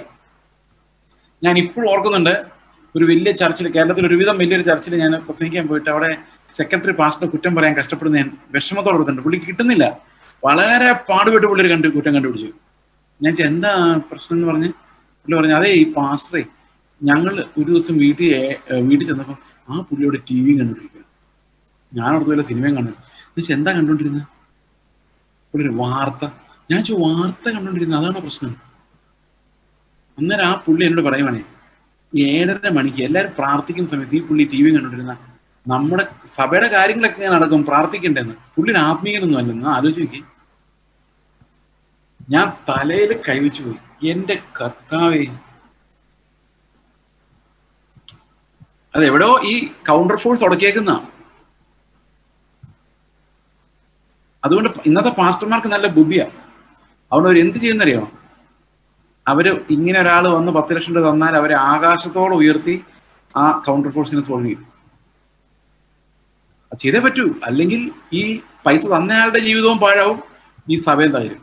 അതിനേക്കാളൊക്കെ നല്ല ഒന്ന് പുകഴ്ത്തി പറഞ്ഞ, അച്ചായൻ ഇല്ലായിരുന്നെങ്കിൽ ഞങ്ങളുടെ ഈ ചർച്ചിലെ പണി നടക്കുകയില്ലായിരുന്നു, നമുക്ക് എല്ലാവർക്കും ഒന്ന് കൈയടിച്ച്, ഓ ഞാൻ ഈ പൈസ കൊടുത്ത ആളുടെ ഒരു സന്തോഷം, അതൊന്നും വേണ്ടായിരുന്നു പാസ്റ്റർ, ഇതിന്റെ ഒന്നും ആവശ്യമില്ല കേട്ടോ എന്നൊക്കെ പറഞ്ഞാലും മനുഷ്യന്റെ ഹൃദയമല്ല ഇതുപോലെ ഈവിൽ. നിങ്ങൾ നിങ്ങളുടെ ഹൃദയം ശരി കണ്ടിട്ടുണ്ടോ? ദൈവം മുഴുവൻ ശരി കാണിക്കുന്നില്ല. കണ്ട നമുക്ക് നമ്മളെ തന്നെ തല്ലിക്കൊള്ളുന്നത് ഇതുപോലത്തെ സാധനങ്ങളാണ് നമ്മൾ റിയലി. ദൈവം ഇതെല്ലാം കണ്ടുകൊണ്ട് നമ്മളെ സ്നേഹിക്കുന്നുള്ളതാണ് അതിന്റെ ഏറ്റവും ഭയങ്കരമായ കൃപ എന്ന് പറയുന്നത്. So we are filthy people. അതവിടെ പറയുന്നത്. അവിടെ പറയുന്നതെന്ന് വെച്ച് കഴിഞ്ഞാൽ നമുക്ക് ഇതിനൊന്ന് രക്ഷപ്പെടാനും പറ്റില്ലെന്ന് പറയുന്നത് പൗലോസ് പറയുന്നത്. കാരണം most of our behaviour behavioral system, that patterns are controlled genetically and environmentally. നിങ്ങൾ ശാസ്ത്രം പഠിക്കുകയാണ്, ശാസ്ത്രം പറയുന്ന മനുഷ്യനെ സംബന്ധിച്ചുള്ള ബേസിക് മെറ്റീരിയലിസ്റ്റിക് ഫിലോസഫി എന്തെന്നറിയോ? മനുഷ്യനെ സംബന്ധിച്ചുള്ള മെറ്റീരിയലിസ്റ്റിക് ഭൗതികവാദം ഇങ്ങനെയാണ്: ഒരു മനുഷ്യൻ ഒരു പ്രത്യേക രീതിയിൽ പെരുമാറുന്നതിന്റെ കാരണം രണ്ടാണ്. ഒന്ന് അവന്റെ ജെനറ്റിക്സ്, മറ്റൊന്ന് അവന്റെ വളർന്നു വന്ന എൻവയറൺമെന്റ്. അപ്പൊ ഇതിന്റെ സ്വാധീനം അനുസരിച്ച് മാത്രമേ ഒരു മനുഷ്യന് പെരുമാറാൻ പറ്റുള്ളൂ. അപ്പൊ അങ്ങനെ ഒരു മനുഷ്യൻ അവന്റെ സാഹചര്യങ്ങളിൽ നിന്ന് പെരുമാറുന്നു, അങ്ങനെ അവന് പെരുമാറാൻ പറ്റുള്ളൂ. That means is wired. Wired എന്ന് പറഞ്ഞാൽ എന്താ? നമ്മൾ ഈ റിമോട്ട് കൺട്രോളിലെ കാർ ഓടിച്ചിട്ടുണ്ടോ നിങ്ങൾ? ചെറുപ്പത്തിലെ പിള്ളേര് ഓടിച്ചിട്ടുണ്ടല്ലോ അല്ലേ? പിള്ളേർക്ക് മേടിച്ചാലും കൊടുത്തിട്ടുണ്ടല്ലോ. പണ്ട് കാലത്ത് റിമോട്ട് കൺട്രോളിന്റെ ആ കൺട്രോളിനകത്തുനിന്ന് കാറിലോട്ട് പോകുന്ന ഒരു വയറുണ്ടായിരുന്നു. ഓർമ്മയുണ്ടോ അങ്ങനത്തെ വണ്ടി? പിന്നെ ആ വയർ കളഞ്ഞ് ഇപ്പം റേഡിയോ കൺട്രോളായി. നേരത്തെ എങ്ങനെ ആയിരുന്നില്ല, നേരത്തെ ഇതിന്റെ കൂടെ ഒരു വയറുണ്ടായിരുന്നു. അപ്പൊ വയറിന്റെ കൂടെ നമ്മൾ നടക്കണം, കാർ എന്നാലേ പോകും. അപ്പൊ അതുപോലെ materialistic philosophy says all human beings are genetically wired. Wired എന്ന് പറഞ്ഞാൽ വയറിട്ടേക്ക് വന്നു, അതായത് ഇങ്ങനെ പോകാൻ പറ്റൂ, ഇത്രേ പോകാൻ പറ്റൂ. കാരണം ഒരാൾക്ക് അവൻ അത്ര ക്ഷമിക്കാൻ പറ്റുള്ളൂ, because his genes don't agree. You understand? അവന് ദേഷ്യം വരും, because his hormones, chemicals, his wired. Okay, അപ്പം അവിടെ ഒരു ലിമിറ്റേഷൻ ഉണ്ട്, ശരീരത്തിന് ഒരു വലിയ ലിമിറ്റേഷൻ ഉണ്ട്. Because most of our actions are controlled by our genetics and also our environment. Physiological reasons എന്ന് പറയും. അതിന് നമ്മൾ എങ്ങനെ മലയാളത്തിൽ പറയുന്നത്? ഫിസിയോളജി. ഒരു മനുഷ്യന്റെ ശാരീരികമായ പ്രവണതകളിൽ നിന്നാണ് അവന്റെ ബിഹേവിയർ തീരുമാനിക്കുന്നത്. ഇപ്പൊ ഉദാഹരണത്തിന് ഒരു ഹോർമോൺ, ഒരു അഡ്രിനാലിൻ എന്ന് പറഞ്ഞൊരു ഹോർമോൺ നമുക്കുണ്ടായി, അതിന്റെ ഒരു ഫ്ലെയർ അപ്പ് ഉണ്ടായാൽ നമുക്ക് 4 വർത്താനം പറഞ്ഞേ പറ്റുള്ളൂ. അതിപ്പോ എന്റെ അടുത്തിരിക്കുന്ന കൂൾ ഡൗൺ, ബ്രദറെ മിണ്ടാതിരി ബ്രദറെ, പിന്നെ ആട്ടെന്ന് പറഞ്ഞാൽ നമുക്ക് കേൾക്കാൻ പറ്റില്ല. അത് പറഞ്ഞ് ഫിനിഷ് ചെയ്യാതെ അഡ്രിനാലിൻ അടങ്ങാതെ എനിക്ക് ഇരിക്കാൻ പറ്റില്ല. ഇരുന്നില്ലെങ്കിൽ എനിക്ക് ഹാർട്ട് ഫെയിൽ ആയി പോകും. പറഞ്ഞാൽ അത്ര പ്രഷർ കൂടും. ആ പ്രഷർ റിലീസ് ചെയ്യാൻ ഞാൻ 4 ചീത്ത ആരെങ്കിലും പറയും. അയാളെ നിങ്ങൾ പാപി എന്ന് പറഞ്ഞിട്ട് കാര്യമൊന്നുമില്ല കേട്ടോ. അയാളുടെ അഡ്രിനാലിന്റെ കാര്യം അയാൾക്ക് പോലും അറിയത്തില്ല. ഇപ്പൊ മനഃശാസ്ത്രജ്ഞന്മാർ പറയും, നിങ്ങൾ കാര്യം ചെയ്യും, ചാക്കിനകത്ത് മണൽ കെട്ടി വെച്ചിട്ട് ഇടിച്ച് നിങ്ങൾക്ക് ഏറ്റവും വൈരാഗ്യമുള്ള ആളുടെ പേര് ആ ചാക്കിന് എഴുതിയിട്ട് ഇടിച്ചിടിച്ച് നിങ്ങളുടെ അഡ്രിനാലിൻ മുഴുവൻ കളഞ്ഞ് നിങ്ങൾ നോർമലാണ്. വാ, പറ്റിയ പണി. ഇതാണ് സൈക്കോളജിക്കൽ ടെക്നിക്ക് എന്ന് പറയുന്നത്, കത്താർസിസ് എന്ന് പറയും. അപ്പൊ ഈ ഹോർമോണുകൾ ഇങ്ങനെ ആയതുകൊണ്ട് നമുക്ക് ഒരാളെ സ്നേഹിക്കാനോ ക്ഷമിക്കാനോ ഒക്കെ ആഗ്രഹം ഉണ്ടെങ്കിലും ഈ ശരീരത്തിന്റെ പ്രവണതകൾ അതിന് നമ്മളെ സമ്മതിക്കില്ല. സ്നേഹം അകപ്പെ ഉണ്ടാകണമെന്ന് ആഗ്രഹമുണ്ട്, നമുക്ക് എല്ലാവർക്കും ഉണ്ട്, പക്ഷെ ഉണ്ടാവില്ല. അത് ഉണ്ടാക്കാനുള്ള ഹോർമോൺ ഇല്ല. എന്നാൽ വാത്സല്യം ഉണ്ടാകാനുള്ള ഹോർമോൺ ഉണ്ട് പിള്ളേരോട്, അതൊക്കെ ഉണ്ട്. അതുകൊണ്ടൊക്കെ നമ്മൾ ജീവിച്ചു പോകുന്നത്. പക്ഷെ ദൈവത്തിന്റെ ഒരു കൽപ്പന അനുസരിക്കാനുള്ള നമ്മുടെ ശരീരത്തിൽ ഇല്ലെന്ന് മാത്രമല്ല, അതിനെതിരെ പോരാടുന്ന ഒരു സിസ്റ്റം ഉണ്ട്. ഭയങ്കര പാടാണ്. അപ്പൊ എന്നിട്ട് പൗലോസ് പറയാണ്, അയ്യോ ഞാൻ അരിഷ്ട മനുഷ്യൻ, ഈ മരണത്തിന് അധീനമായ എന്റെ സ്വഭാവത്തിൽ നിന്നല്ല, ഈ മരണത്തിന് അധീനമായ എന്റെ ശരീരത്തിൽ നിന്ന് എന്നെ ആർ വിടുവിക്കും. മനസ്സിലായോ? അപ്പൊ എന്താ നമ്മുടെ പ്രോബ്ലം? നമ്മുടെ ശരീരം വേണ്ട ഹോർമോണുകൾ പുറപ്പെടുവിക്കുന്നില്ല. ഇപ്പൊ നമ്മളിങ്ങനെ കേട്ടിട്ടില്ലേ, എന്റെ ബ്രദറെ ഹോർമോൺ പ്രോബ്ലം ആണെന്ന് തോന്നുന്നു, എന്തോ ഒരു എനിക്ക് ഭയങ്കര ദേഷ്യം ബ്രദറെ, എല്ലാവരോടും കേട്ടിട്ടുണ്ടോ? ഹോർമോൺ പ്രോബ്ലം ആണെന്ന് തോന്നുന്നു ബ്രദറെ, ഭയങ്കര ദേഷ്യം, കേട്ടിട്ടുണ്ടോ അങ്ങനെ?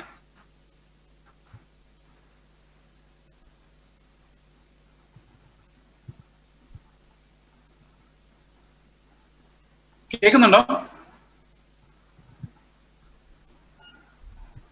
ഓക്കെ ഓക്കെ, നിങ്ങൾ കേട്ടില്ലേ? ഹോർമോൺ പ്രോബ്ലം തോന്നുന്നു, ഭയങ്കര ദേഷ്യം എനിക്ക് എല്ലാവരോടും, കേട്ടിട്ടില്ലേ? തിരിച്ചു കേട്ടിട്ടുണ്ടോ? ഹോർമോൺ പ്രോബ്ലം തോന്നുന്നു ബ്രദറെ, എല്ലാവരോടും എനിക്ക് ഭയങ്കര സ്നേഹവും കരുണയും ഒക്കെ തോന്നുക, അങ്ങനെ കേട്ടിട്ടുണ്ടോ? അത് കേൾക്കില്ല. കാരണം തല തിരിഞ്ഞാൽ പിന്നെ എല്ലാം തലതിരിഞ്ഞ് വരും. അത് പൗലോസിനറിയാം, പൗലോസ് ഇത് അനുഭവിച്ചിട്ടുണ്ട്. അതായത് നമ്മുടെ പാപം ചെയ്ത് നമ്മുടെ ഹോർമോണുള്ള ജമ്പിൾഡായ ദൈവത്തെ അനുസരിക്കാനുള്ള കേപ്പബിലിറ്റി ഇല്ലാത്ത ഒരു ശരീരത്തിലാണ് നമ്മൾ താമസിക്കുന്നത്. അതിന്റെ ഏറ്റവും വലിയ പ്രയാസം എന്താണെന്ന് വെച്ച് കഴിഞ്ഞാൽ, നമ്മൾ കർത്താവിന്റെ രണ്ടാം വരവിൽ നമ്മൾ തിരസ്കരിക്കപ്പെടുന്ന വരെ ഈ ശരീരം ഇങ്ങനെ ഇരിക്കുന്നതാണ്. അല്ലെങ്കിൽ നമ്മുടെ പുനരുത്ഥാനം വരെ, നമ്മൾ മരിച്ചു പോകുന്നവരെ ഈ ശരീരത്തെ നന്നാക്കി എടുക്കാനോ ഗ്ലോറിഫൈഡ് ആക്കാനോ ഇതിന്റെ ഹോർമോണുകൾ നിയന്ത്രിക്കാനോ അത്രയും വേണ്ട. ഇത്തിരി കുറച്ച് എന്താ മറ്റേ നമ്മുടെ അഡ്രിനാലിൻ ഇത്തിരി കുറയട്ടെ അങ്ങനെ ഒന്നും തിരിക്കാനുള്ളൊരു സ്ക്രൂ നമുക്ക് ഇല്ല. We don't know. അതുകൊണ്ടാണ് പൗലോസ് പറയുന്നത് ഇത് എവിടെ കിടക്കുന്നതെന്ന് എനിക്കറിയത്തില്ല. ഇതിന്റെ വേര്, ഈ പാപം എന്ന മരത്തിന്റെ വേര്. ഞാൻ പറഞ്ഞായിരുന്നു ഓറഞ്ചിന്റെ കാര്യം പറഞ്ഞായിരുന്നു, ഓർമ്മയുണ്ടോ? മാങ്ങയുടെ കാര്യം മാത്രമേ പറഞ്ഞുള്ളൂ, ഓറഞ്ചിന്റെ കാര്യം പറഞ്ഞില്ലേ? ഓക്കെ, അപ്പൊ ഓറഞ്ചും വളരെ പ്രധാനമാണ്, മാങ്ങ മാത്രമല്ല. നമ്മൾ ചെറുപ്പത്തിലെ ഓറഞ്ച് കഴിക്കുമ്പോഴേ പേരൻസ് പറയത്തില്ലേ, കഴിക്കുന്ന സൂക്ഷിച്ചു വേണം, ഒരു കുരു വയറ്റി പോയാൽ വയറ്റിനകത്ത് ഇടുന്നൊരു ഓറഞ്ച് മരം ഉണ്ടോ? കേട്ടിട്ടുണ്ടോ അത്? നിങ്ങളാരും കേട്ടിട്ടില്ല? നിങ്ങൾക്ക് ആർക്കെങ്കിലും അങ്ങനെ ഉണ്ടായിട്ടുണ്ടോ? ഇല്ലല്ലോ. അങ്ങനെ ഒരാൾക്ക് മാത്രം ഉണ്ടായത് ആദം ഒരു പഴം കഴിച്ച് അതൊരു വലിയ ഉരുമാലായി മാറി. അവൻ്റെ ഒരു പാപത്തിന്റെ മരം ഉണ്ടായി വന്നു. പാപത്തിന്റെ മരത്തിന് പഴങ്ങളുണ്ടായിരുന്നു, ട്രങ്ക് ഉണ്ടായിരുന്നു, മരം ഉണ്ടായിരുന്നു, അതുപോലെ വേരുണ്ടായിരുന്നു. ഈ പാപത്തിന്റെ പഴങ്ങളാണ് നമ്മൾ എല്ലാ സൺഡേയും കർത്തൃമേശ എടുക്കുമ്പോൾ പറിച്ചു കളയുന്നത്, അല്ലെ? കർത്തൃമേശയുടെ മുമ്പ് 5 മിനിറ്റ് കിട്ടുമ്പോൾ പറിച്ചു കളയുന്ന ഈ പാപത്തിന്റെ ഫലങ്ങളാണ്. ഞാൻ അവനോട് വഴക്കുണ്ടാക്കി, അവനോട് ദേഷ്യപ്പെട്ടു, ഒരു ശത്രുത വെച്ചുകൊണ്ടിരിക്കുകയാണ്, ഞാൻ വേറൊരുത്തിന്റെ പേന അടിച്ചു മാറ്റി, അല്ലെങ്കിൽ അവനോട് ചീത്ത, അവനെ കുറിച്ച് ഗോസിപ്പ് പറഞ്ഞു, അത്യാഗ്രഹം ഉണ്ടായിരുന്നു, പിള്ളേരുടെ വഴക്കുണ്ടാക്കി, ഇതെല്ലാം പഴങ്ങളാണ്. ഇതെല്ലാം പറിച്ചു കളഞ്ഞു. പറിച്ചു കളയാൻ നമുക്കൊരു നല്ല ഫീലിംഗ് ആട്ടോ. കർത്തൃമേശ എടുത്ത് കഴിയുമ്പോഴേക്കും നമ്മളിപ്പോ കർത്താവുന്ന പോകുന്ന ഒരു ഫീലിംഗ് വരും നമുക്ക്. ചുമ്മാതാ, ഫീലിംഗ് കൊണ്ടൊന്നും കാര്യമൊന്നുമില്ല. അപ്പൊ നമ്മൾ വീട്ടിലോട്ട് ചെന്ന് കഴിയുമ്പോഴേക്കും പിള്ളേരാരും ടി വി വെക്കുകയാണെങ്കിൽ അമ്മ പറഞ്ഞിട്ടുണ്ടോ, എടാ ടി വി വണ്ടിയുടെ ചർച്ച നീ വന്നാലേ ഉള്ളൂ, അപ്പോഴേക്കും ടി വി വെച്ചോ, നമുക്ക് വൈകിട്ട് വെക്കാം എന്ന് പറയുന്നത്. എന്താ അർത്ഥം? ഇപ്പൊ നമ്മൾ നോർമൽ അല്ല, ഒരു ഹാങ് ഓവറിലാണ്. ഈ ഏറ്റു പറഞ്ഞ് കർത്തൃമേശ എടുത്തിട്ട് ഒരു ഹാങ് ഓവർ ഉണ്ട്, അത് തീരുന്ന 5-6 മണിക്കൂർ എടുക്കും. അപ്പൊ നമ്മൾ നോർമലാവും. അപ്പൊ നമുക്ക് പിന്നെ വൈകിട്ട് സീരിയലിന്റെ സമയമാകുമ്പോഴേക്കും അത് വെക്കാം. ഇങ്ങനെയുണ്ട്. അപ്പൊ ഇതാണ് നമ്മുടെ സാധാരണ മാനസിക. കുറച്ചു നേരം നിൽക്കുള്ളൂ, കാരണം മരത്തോടെ നിൽക്കുന്നതുകൊണ്ട് ഇത് പിന്നെ ഉണ്ടായി വരും. ഓക്കെ, ഈ മരം മുറിച്ചിട്ടും കാര്യമില്ല, മരം മുറിച്ചു കളഞ്ഞിട്ടും കാര്യമില്ല. കാരണം സസ്യങ്ങളുടെ ലോകത്തിലെ പ്രോബ്ലം എന്ന് പറഞ്ഞാൽ നമ്മൾ എന്ത് മുറിച്ചാലും അത് രണ്ടാമത് വരാം. ടോട്ടി പൊട്ടൻസി എന്ന് പറയും, അത് വീണ്ടും ഉണ്ടായി വരും. അതും പറ്റില്ല. ശരിക്കും ആ മരത്തെ നശിപ്പിക്കണമെങ്കിൽ ആ വേര് പറിച്ചു കളയണം. ആ വേര് പറിക്കാൻ നമുക്ക് പറ്റത്തില്ല, കാരണം നമ്മളതിന്റെ മുകളിൽ തന്നെ നിൽക്കുന്നു. നമ്മുടെ പ്രകൃതം തന്നെ അത്. നിങ്ങൾ ഇന്നേ വരെ ഒരു മരത്തിന്റെ മുകളിൽ കയറുന്നതിന്റെ അതിന്റെ വേര് പറിക്കാൻ ശ്രമിച്ചിട്ടുണ്ടോ? ശ്രമിച്ചു നോക്കി. ഒരു തെങ്ങ് വെട്ടിക്കളഞ്ഞിട്ട് അതിന്റെ വേരിരിക്കുക, ആ വേരിന്റെ മുകളിൽ കയറി നിന്നിട്ട് അതിനെ വലിച്ചു പറിച്ച് കളയാൻ ശ്രമിച്ചു നോക്കി. പറ്റുമോ? ഇല്ല. കേൾക്കുന്നുണ്ടോ? പറ്റില്ല. അതുപോലെ തന്നെ അത് ഞാൻ പറഞ്ഞ വണ്ടിക്കകത്തിരുന്ന് വണ്ടി പറ്റില്ല, ഒരു മരത്തിന്റെ മുകളിൽ കയറുന്നതിന്റെ വേര് പറിച്ചു കളയാൻ പറ്റില്ല. അതുപോലെ തന്നെ നമ്മുടെ ജഡത്തിൽ ഇരുന്നുകൊണ്ട് നമുക്ക് ഈ ജഡത്തെ ശരിയാക്കണം. അതുകൊണ്ടാണ് പൗലോസ് പറയുന്നത് ഹെൽപ്ലെസ്. അയ്യോ, ഞാൻ അരിഷ്ട മനുഷ്യൻ, ഈ മരണത്തിന് അധീനമായ ശരീരത്തിൽ നിന്ന് എന്നെ വിടുവിക്കും. ഇനി ഇതെങ്ങനെ വിടുവിക്കപ്പെടുന്നത് നമുക്ക് നോക്കാം. അവിടെയാണ് ഈ ആത്മാവ് കാണിച്ചിരുന്ന പാപം നമുക്ക് മനസ്സിലാകുന്നത്. ഓക്കെ, നമുക്ക് ഈ ആത്മാവ് കാണിച്ചിരുന്ന പാപം എന്താ നമുക്ക് നോക്കിയിട്ട് ഇങ്ങോട്ട് തിരിച്ചു വരാം. ഓക്കെ, യോഹന്നാൻ 16:8 എന്താണ്? അവൻ വന്ന് പാപത്തെക്കുറിച്ചും നീതിയെക്കുറിച്ചും ന്യായവിധിയെക്കുറിച്ചും നിങ്ങൾക്ക് ബോധം വരുത്തും. ഓക്കെ, ഇനി നമുക്ക് ഏത് പാപത്തെക്കുറിച്ചാണ് അറിയണ്ടേ? അടുത്ത വാക്യം 9-ാം വാക്യം എന്താ പറയുന്നേ? അവർ എന്നിൽ വിശ്വസിക്കായക കൊണ്ട് പാപത്തെക്കുറിച്ച്. അപ്പൊ എന്ത് പാപത്തെക്കുറിച്ചാ? എന്ത് പാപത്തെക്കുറിച്ചാ ദൈവത്തിന്റെ ആത്മാവ് വെളിപ്പെടുത്തുന്നത്? അവിശ്വാസം എന്ന പാപത്തെക്കുറിച്ചാണ്. അൺബിലീഫ്. നമ്മൾ എന്താ വിശ്വസിക്കേണ്ടത് നമുക്ക് നോക്കാം.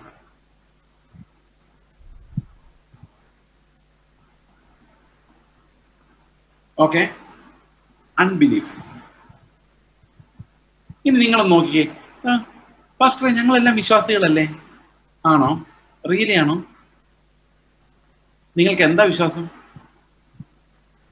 നമ്മുടെ വിശ്വാസം ശരിക്കും ജെന്യുവിൻ ആയിട്ടുള്ളൊരു ഫെയ്ത്ത് ആണോ? നമുക്ക് നോക്കാം. വിശ്വാസം എന്നതോ എന്താണ്? ആശിക്കുന്നതിന്റെ ഉറപ്പും കാണാത്ത കാര്യങ്ങളുടെ നിശ്ചയമാണ്. എന്താ ആശിക്കുന്നത്? ആത്മാവ് നമ്മുടെ ഉള്ളിലുണ്ടോ എന്ന് എങ്ങനെ അറിയാം? എന്താ നമ്മൾ ആശിക്കുന്നത്? ഇന്ന് നമ്മൾ അതിന്റെ ഡെഫിനേഷൻ മോഹിക്കുന്നതിന്റെ ഉറപ്പൊന്നാക്കിയിട്ടുണ്ട്. എന്ത് മോഹിച്ചാലും ദൈവം നടത്തി തരും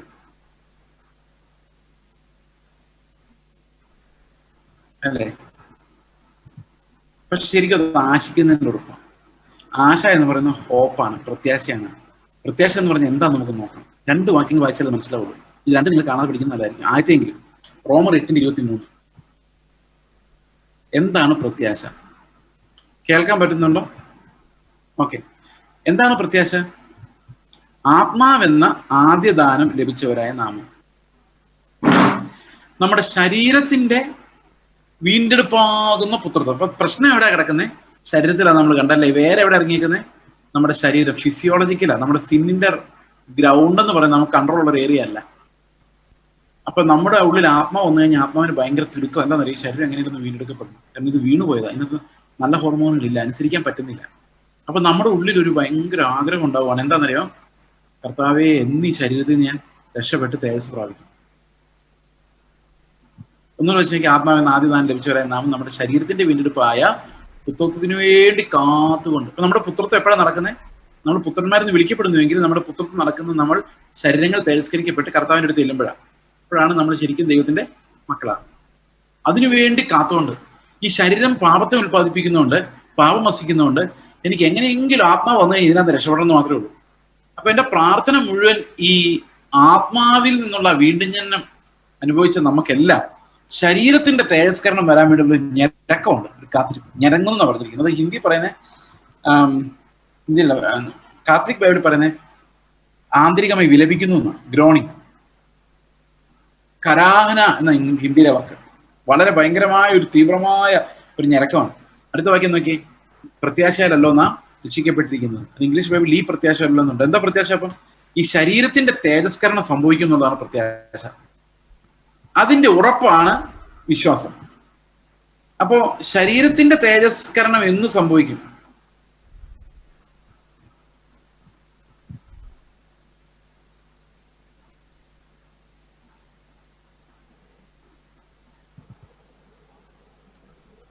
കേൾക്കാൻ പറ്റുന്ന?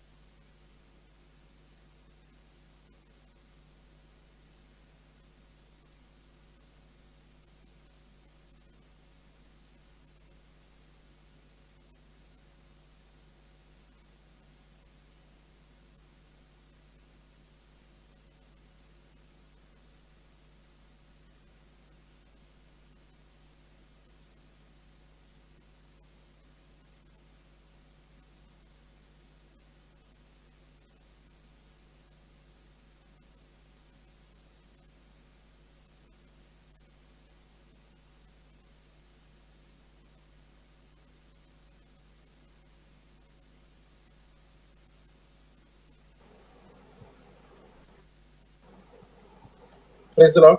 കേൾക്കാൻ പറ്റുന്നുണ്ടോ? കേൾക്കാം. ഓക്കെ, എല്ലാ കണക്ഷനുകളും ഒന്നിച്ചു പോയി.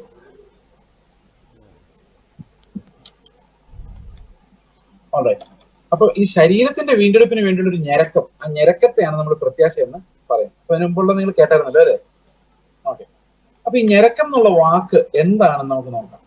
ഇപ്പൊ സമയം ഇനി എത്ര നേരമുണ്ട്? ഇനി ഒരു may be around half an hour.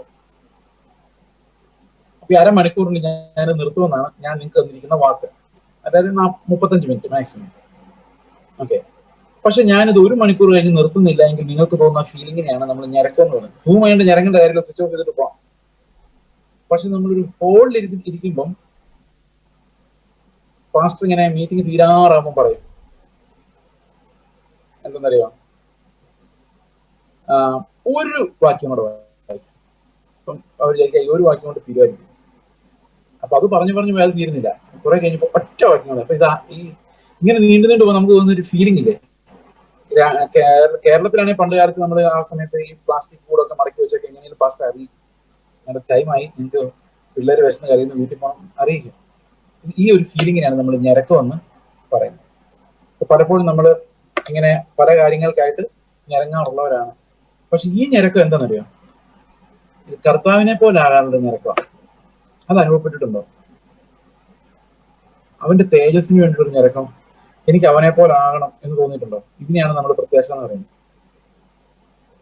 ഇത് യോഹന്നാന്റെ ലേഖനത്തിലുണ്ട്.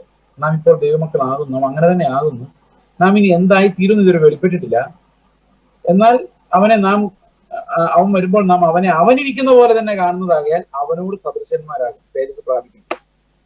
അവനിൽ ഈ പ്രത്യാശയുള്ളവൻ. ഇതാണ് പ്രത്യാശ. ഈ വിധം പ്രത്യാശയുള്ളവരായി, തേജസ്സിനെ കുറിച്ച് എപ്പോഴും പറയുന്ന പ്രത്യാശ. നീങ്ങിപ്പോകുന്നതിന്റെ അന്തം ഇസ്രായേൽ മക്കൾ കാണാതെ വണ്ണം മോശന്റെ മുഖം മറിച്ച് നീങ്ങിപ്പോകുന്നതിന്റെ അന്തം അത്ര തേജസ്സുള്ളതായിരുന്നു എങ്കിൽ ഇനി നീങ്ങിപ്പോകാത്തത് എന്നും നിലനിൽക്കുന്നതിന്റെ അന്ത്യം അതിന്റെ തേജസ് എത്ര വലുതായിരിക്കും എന്ന് പറഞ്ഞിട്ട് പൗലോസ് പറയാണ്, ഈ വിധം പ്രത്യാശയുള്ളവരായി ഞങ്ങൾ വളരെ പ്രാഗൽഭ്യത്തോടെ എല്ലാം തേജസ്സുമായിട്ട് കണക്കിലാണ് പ്രത്യാശ. അപ്പൊ വിശ്വാസം എന്ന് പറഞ്ഞാൽ എന്തോ? പ്രത്യാശിക്കുന്നതിന്റെ ഉറപ്പാണ് വിശ്വാസം. നിങ്ങൾക്കൊരു പ്രത്യാശ ഉണ്ടോ? ഒരു ഞരക്കം ഉണ്ടോ ഉള്ളിലെ? കർത്താവെ നിന്നെ പോലെ ആകാൻ ഞാൻ ഞരങ്ങുന്നു, കാന്താ താമസം എന്താകോ, അങ്ങനെ തോന്നുന്നുണ്ടോ? കർത്താവ് ഇന്ന് നീ വരുവോ, അങ്ങനെ തോന്നുന്നുണ്ടോ? ഇന്നങ്ങനെ നിങ്ങൾക്ക് തോന്നണമെന്ന് ആഗ്രഹിച്ചാലോ തോന്നാൻ പറ്റത്തില്ല. കാരണം ആ ഒരു ആത്മാവിന്റെ ഒരു ഒഴുക്ക് നമ്മൾ ഫീൽ ചെയ്യുന്നില്ല. നമുക്ക് അത്രയും കർത്താവിനെ കാണാൻ ഒരു തിടുക്കമില്ല. കാരണം we are settled with the comforts of this world. നമ്മൾ വല്ലാതെ ചതിച്ചിട്ടുണ്ട്. അതുകൊണ്ട് നമുക്ക് തോന്നുവാണ് കർത്താവ് കുറച്ച് കഴിഞ്ഞ് വന്നാൽ മതി, ഇപ്പം ഞങ്ങൾ ഈ ലോകത്ത് ജീവിക്കാനുള്ളതൊക്കെ ഒന്ന് അഡ്ജസ്റ്റ് ചെയ്ത് തന്നാൽ ഞങ്ങൾക്ക് കൂടുതൽ നിന്നോട് നന്ദി ഉണ്ടാവും. അപ്പൊ അടുത്ത വെള്ളിയാഴ്ച ആരാധിക്കാൻ വരുമ്പോൾ കുറച്ചുകൂടെ ഞങ്ങൾ ഒച്ചത്തില് ഞങ്ങൾ ഹല്ലേലൂയ എന്ന് പറയാം. പക്ഷെ അതിന് തക്ക ഈ ആഴ്ച ചെയ്തു തരണം. നമുക്ക് അത്രയൊക്കെ മതി. അപ്പൊ ഈ പ്രത്യാശ നഷ്ടപ്പെട്ട ഒരു സമൂഹത്തിലാണ് നമ്മൾ ജീവിക്കുന്നത്. നിങ്ങളൊരു വർഷിപ്പ് ലീഡറിനെ നോക്കിയാലും അവർ വർഷിപ്പ് ചെയ്യിപ്പിക്കുന്നൊക്കെ പറഞ്ഞ് കർത്താവ് നിങ്ങളെ അനുഗ്രഹിക്കും നടത്തുന്നൊക്കെ പറഞ്ഞോണ്ടാണ്. അല്ലാതെ ശരിക്കും നമ്മളെ വീണ്ടെടുപ്പിനെ ഓർത്തിട്ടല്ല. നമുക്ക് കർത്താവിന് വേണ്ടി ഒരു കാത്തിരിപ്പ് ഇന്നത്തെ സമൂഹത്തിൽ വളരെ വളരെ കുറവാണ്. ഇന്ന് പിള്ളേർക്ക് അങ്ങനെ കാത്തിരിക്കേണ്ട കാര്യം അറിയാമോ എന്ന് പോലും അറിയില്ല. ഞാൻ ഒരു ചെറിയ എക്സാമ്പിൾ ഈ കാത്തിരിപ്പിനെ കുറിച്ച് ഇങ്ങോട്ട് പറയാം. ഞങ്ങളുടെ ഫെലോഷിപ്പിൽ ഒരു സിസ്റ്റർ ഉണ്ട്, ഞാനൊരു ഡോക്ടറാണ്, ഫാമിലി 2 പേരും ഡോക്ടേഴ്സ്.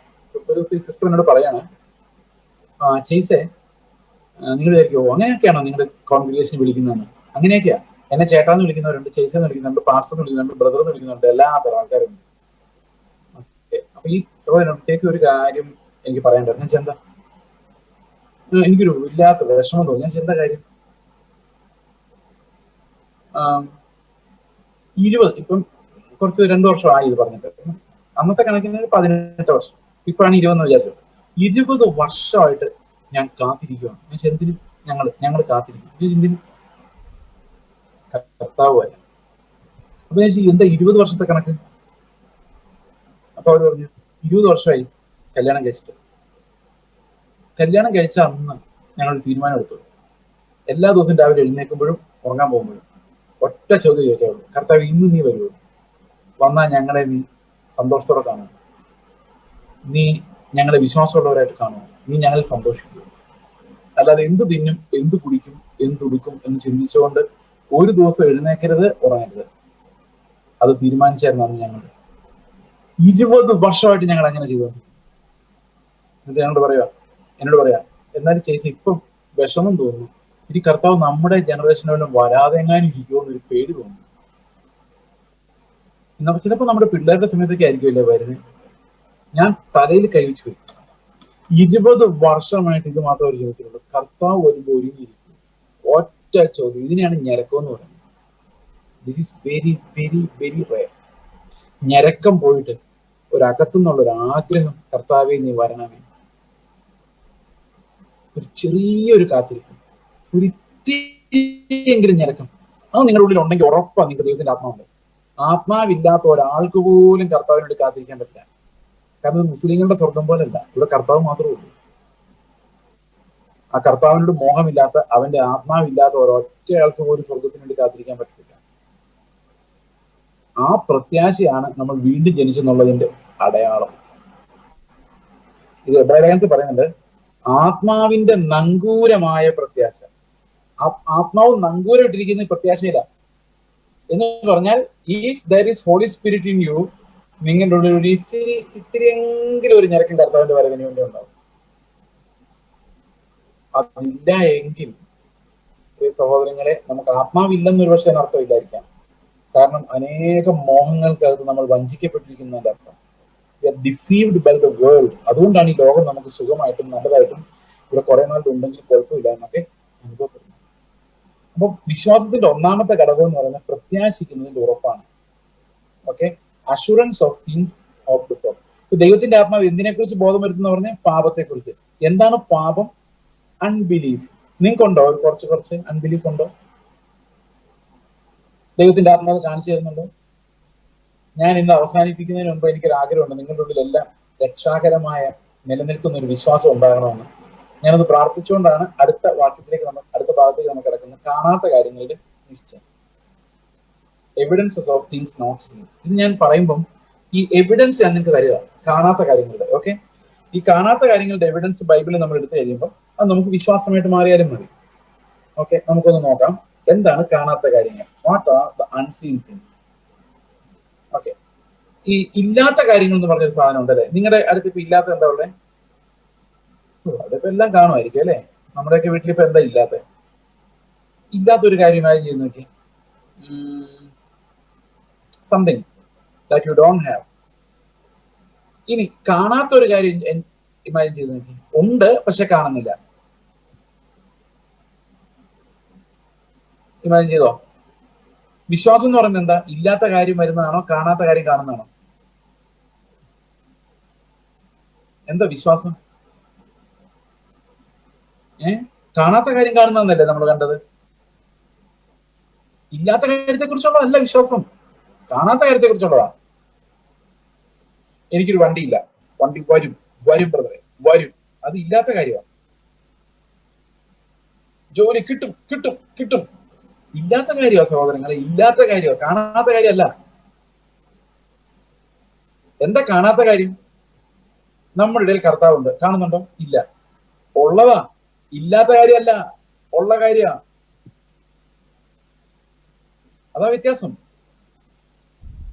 ഇല്ലാത്ത കാര്യം, കാണാത്ത കാര്യം. കർത്താവ് നമ്മുടെ ഇല്ലാതെ നമ്മൾ പ്രാർത്ഥിച്ചു വരുത്തുവാണോ? അല്ല. 2-3 പേർ എവിടെ സൂമിൽ കൂടിയാലും കർത്താവ് അവരുടെ മധ്യത്തിലുണ്ട്. അപ്പൊ അത് ഇല്ലാത്ത കാര്യമല്ല, ഉള്ള കാര്യം, കാണുന്നില്ല. അപ്പൊ നമ്മൾ വിശ്വസിക്കും. കാണാത്ത കാര്യങ്ങളുടെ തെളിവുകളെയാണ് നമ്മൾ വിശ്വാസം എന്ന് പറയുന്നത്. സമ്മതിച്ചോ? ഇല്ലാത്ത കാര്യം വരുത്തുന്നതല്ല വിശ്വാസം. ഒരു എക്സാമ്പിൾ ഞാൻ പറയാം. ഭൂമി സൂര്യന് ചുറ്റും കറങ്ങുന്നുണ്ടോ നിങ്ങൾ വിശ്വസിക്കുന്നുണ്ടോ? Yes or no? ഉണ്ടോ ഇല്ലയോ? ഉണ്ട്. നിങ്ങൾ വിശ്വസിച്ച് കറക്കി വിട്ടതാണോ അതോ കറങ്ങുന്നത് കൊണ്ട് നിങ്ങൾ വിശ്വസിക്കുന്നതാണോ?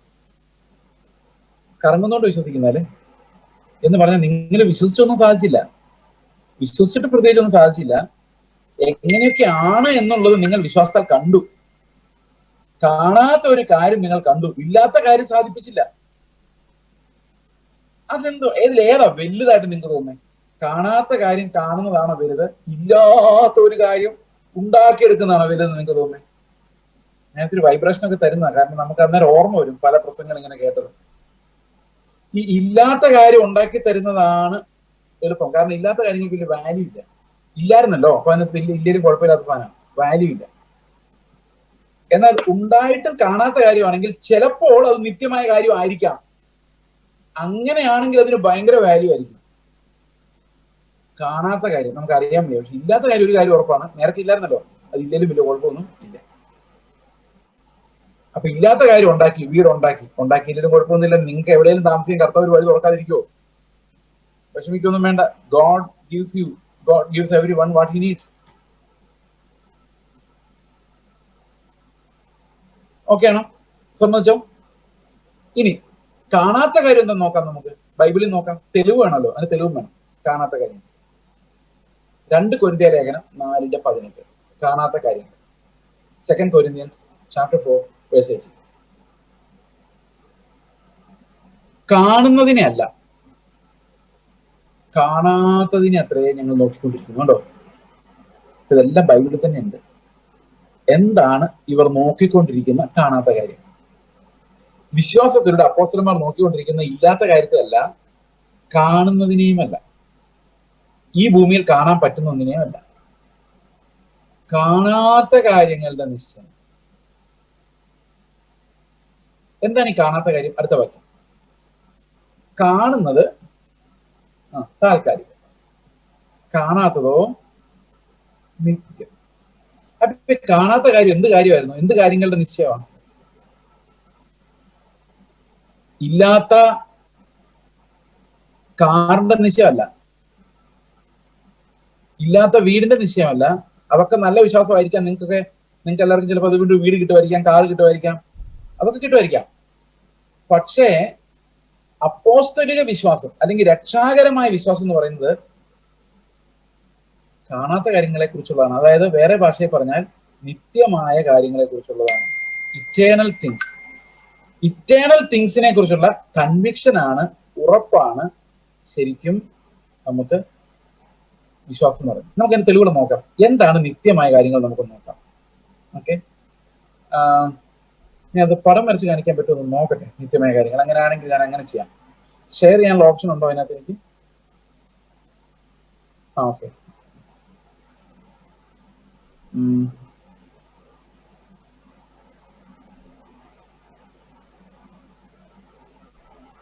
ഓക്കെ, അത് പ്രയാസമാണ്. ഓൾറൈറ്റ്, എന്നാലും ഞാൻ വരച്ച് കൈകൊണ്ട് ഇങ്ങനെ ആംഗി കാണിക്കാം എന്ന് തോന്നി. ഇപ്പൊ വരയ്ക്കാനൊക്കെ പ്രയാസം. ഒരു വര നിങ്ങൾ വരച്ചേക്ക്. ഒരു വര അപ്പുറത്തെ ഇപ്പുറത്ത് ആരോ ഇടരുത്. ടൈമാണ്. ടൈമിന് തുടക്കമുണ്ട്, അവസാനമുണ്ട്. അതുകൊണ്ട് അപ്പുറത്തെ ഇപ്പുറത്ത് ആരോ ഇടരുതെന്ന് പറഞ്ഞു. Time line. ഓക്കെ, ദൈവം ആദ്യം സൃഷ്ടിച്ചത് എന്താണെന്നറിയോ? സമയമാണ്. ഇൻ ദ ബിഗിനിങ് എന്ന് കർത്താവ് പറഞ്ഞ നമുക്കറിയാം അല്ലേ? In the beginning. In the beginning God created heavens and earth. അപ്പൊ ആദ്യം സൃഷ്ടിച്ചത് എന്താ? ടൈം. ഇപ്പൊ ടൈമിനകത്ത് എന്തൊക്കെ സൃഷ്ടിച്ചു? ആകാശവും ഭൂമിയും, ഭൂമിയിലുള്ള സകലവും. ആകാശത്തിനും ഭൂമിയിലുള്ള സകലവും ദൈവം സൃഷ്ടിച്ചു. ഈ സമയം എന്ന് പറയുന്ന സാധനം താൽക്കാലികമാണ്, ആപേക്ഷികമാണ്. ശാസ്ത്രമാണ്. നേരത്തെ സമയം അബ്സല്യൂട്ടാണ് വിചാരിച്ചിരുന്നത് ന്യൂട്ടന്റെ കാലത്ത്. എന്നാൽ ഐൻസ്റ്റീൻ നമുക്ക് പറഞ്ഞു അബ്സല്യൂട്ട് നല്ല ആപേക്ഷികമാണ് എന്ന് പറഞ്ഞാൽ നാളെ ഈ യൂണിവേഴ്സ് ഇല്ലെങ്കിൽ സമയമില്ല. ഇത് രണ്ടും തമ്മിൽ കോറിലേറ്റഡ് ആണ്. ഇത് നമുക്ക് മനസ്സിലാക്കേണ്ട കാര്യമൊന്നുമില്ല, ഞാനതങ്ങ് പറഞ്ഞു എന്ന് മാത്രമേ ഉള്ളൂ. ഓക്കെ, അപ്പോൾ സമയത്തിനകത്തുള്ളതെല്ലാം സമയം തീരുമ്പോൾ തീരും. ആപേക്ഷികം, താൽക്കാലികം. കാണാവുന്നത് മൊത്തം, അനുഭവിക്കാവുന്ന മുഴുവൻ, നമ്മുടെ സെൻസ് കൊണ്ട് നമുക്ക് മനസ്സിലാക്കാൻ പറ്റുന്ന മുഴുവനും ഈ സമയം തീരുമ്പോൾ, കാലം തീരുമ്പോൾ തീരും. അപ്പോ കാണാത്ത കാര്യം എന്തായിരിക്കും? നിത്യമായത് എന്തായിരിക്കും? സമയത്തിന് അപ്പുറത്തുള്ള കാര്യം, അതാണ് നിത്യമായ കാര്യം. ഓക്കെ, ഇനി ഈ നിത്യമായ കാര്യം നമുക്ക് എങ്ങനെ കണ്ടുപിടിക്കാം? ഈ സമയം ഉണ്ടാകുന്നതിന് മുൻപ് എന്തെങ്കിലും സംഭവിച്ചു? ആരൊക്കെ ഉണ്ടായിരുന്നു സമയം ഉണ്ടാകുന്നതിന് മുമ്പ്? ആരൊക്കെ ഉണ്ടായിരുന്നു? നമ്മളാരുമില്ല, ദൂതന്മാരില്ല, ആരുമില്ല, എല്ലാ സൃഷ്ടികളാണ്. അപ്പൊ സമയം ഉണ്ടാകുന്നതിന് മുമ്പ് ആകെ പിതാവും പുത്രനും പരിശുദ്ധാത്മാവുമായ ത്രിയേക ദൈവം മാത്രം ഉണ്ടായിരുന്നുള്ളൂ, വേറെ ആരും ഉണ്ടായിരുന്നില്ല. ആ ദൈവം മാത്രമുള്ളപ്പോൾ എന്ത് സംഭവിച്ചു? സമയം തുടങ്ങുന്നതിന് മുമ്പ് എന്ത് സംഭവിച്ചു? 2 തിമോത്തിയോസ് 1-ാം അധ്യായത്തിന്റെ 9-ാം വാക്യം. അവൻ നമ്മെ രക്ഷിക്കുകയും വിശുദ്ധ വിളി കൊണ്ട് നമ്മെ വിളിക്കുകയും ചെയ്തത് നമ്മുടെ പ്രവൃത്തികൾ നിമിത്തമല്ല, പിന്നെയോ സകല കാലത്തിന് മുൻപ്, before the beginning of time, സമയം ഉണ്ടാകുന്നതിന് മുമ്പ്. എങ്ങനെയുണ്ട്? ക്രിസ്തു യേശുവിൽ നമുക്ക് നൽകിയിരുന്നതാണ് അവർ പറഞ്ഞേക്കുന്നത്. ഓക്കെ, ക്രിസ്തു യേശുവിൽ നമുക്ക് നൽകിയിരുന്നതാണ്. അപ്പോ അവൻ നമ്മെ രക്ഷിക്കുകയും വിശുദ്ധ വിളി കൊണ്ട് നമ്മളെ വിളിക്കുകയും ചെയ്ത് എങ്ങനെയാണ്? ക്രിസ്തു യേശുവിലുള്ള ഒരു വിളിയുടെ അടിസ്ഥാനത്തിലാണ്, ഒരു തെരഞ്ഞെടുപ്പിന്റെ അടിസ്ഥാനത്തിലാണ്. അതെപ്പോ സംഭവിച്ചതാണ്? സകല കാലത്തിന് മുൻപ് സംഭവിച്ചതാണ്. ഓക്കെ,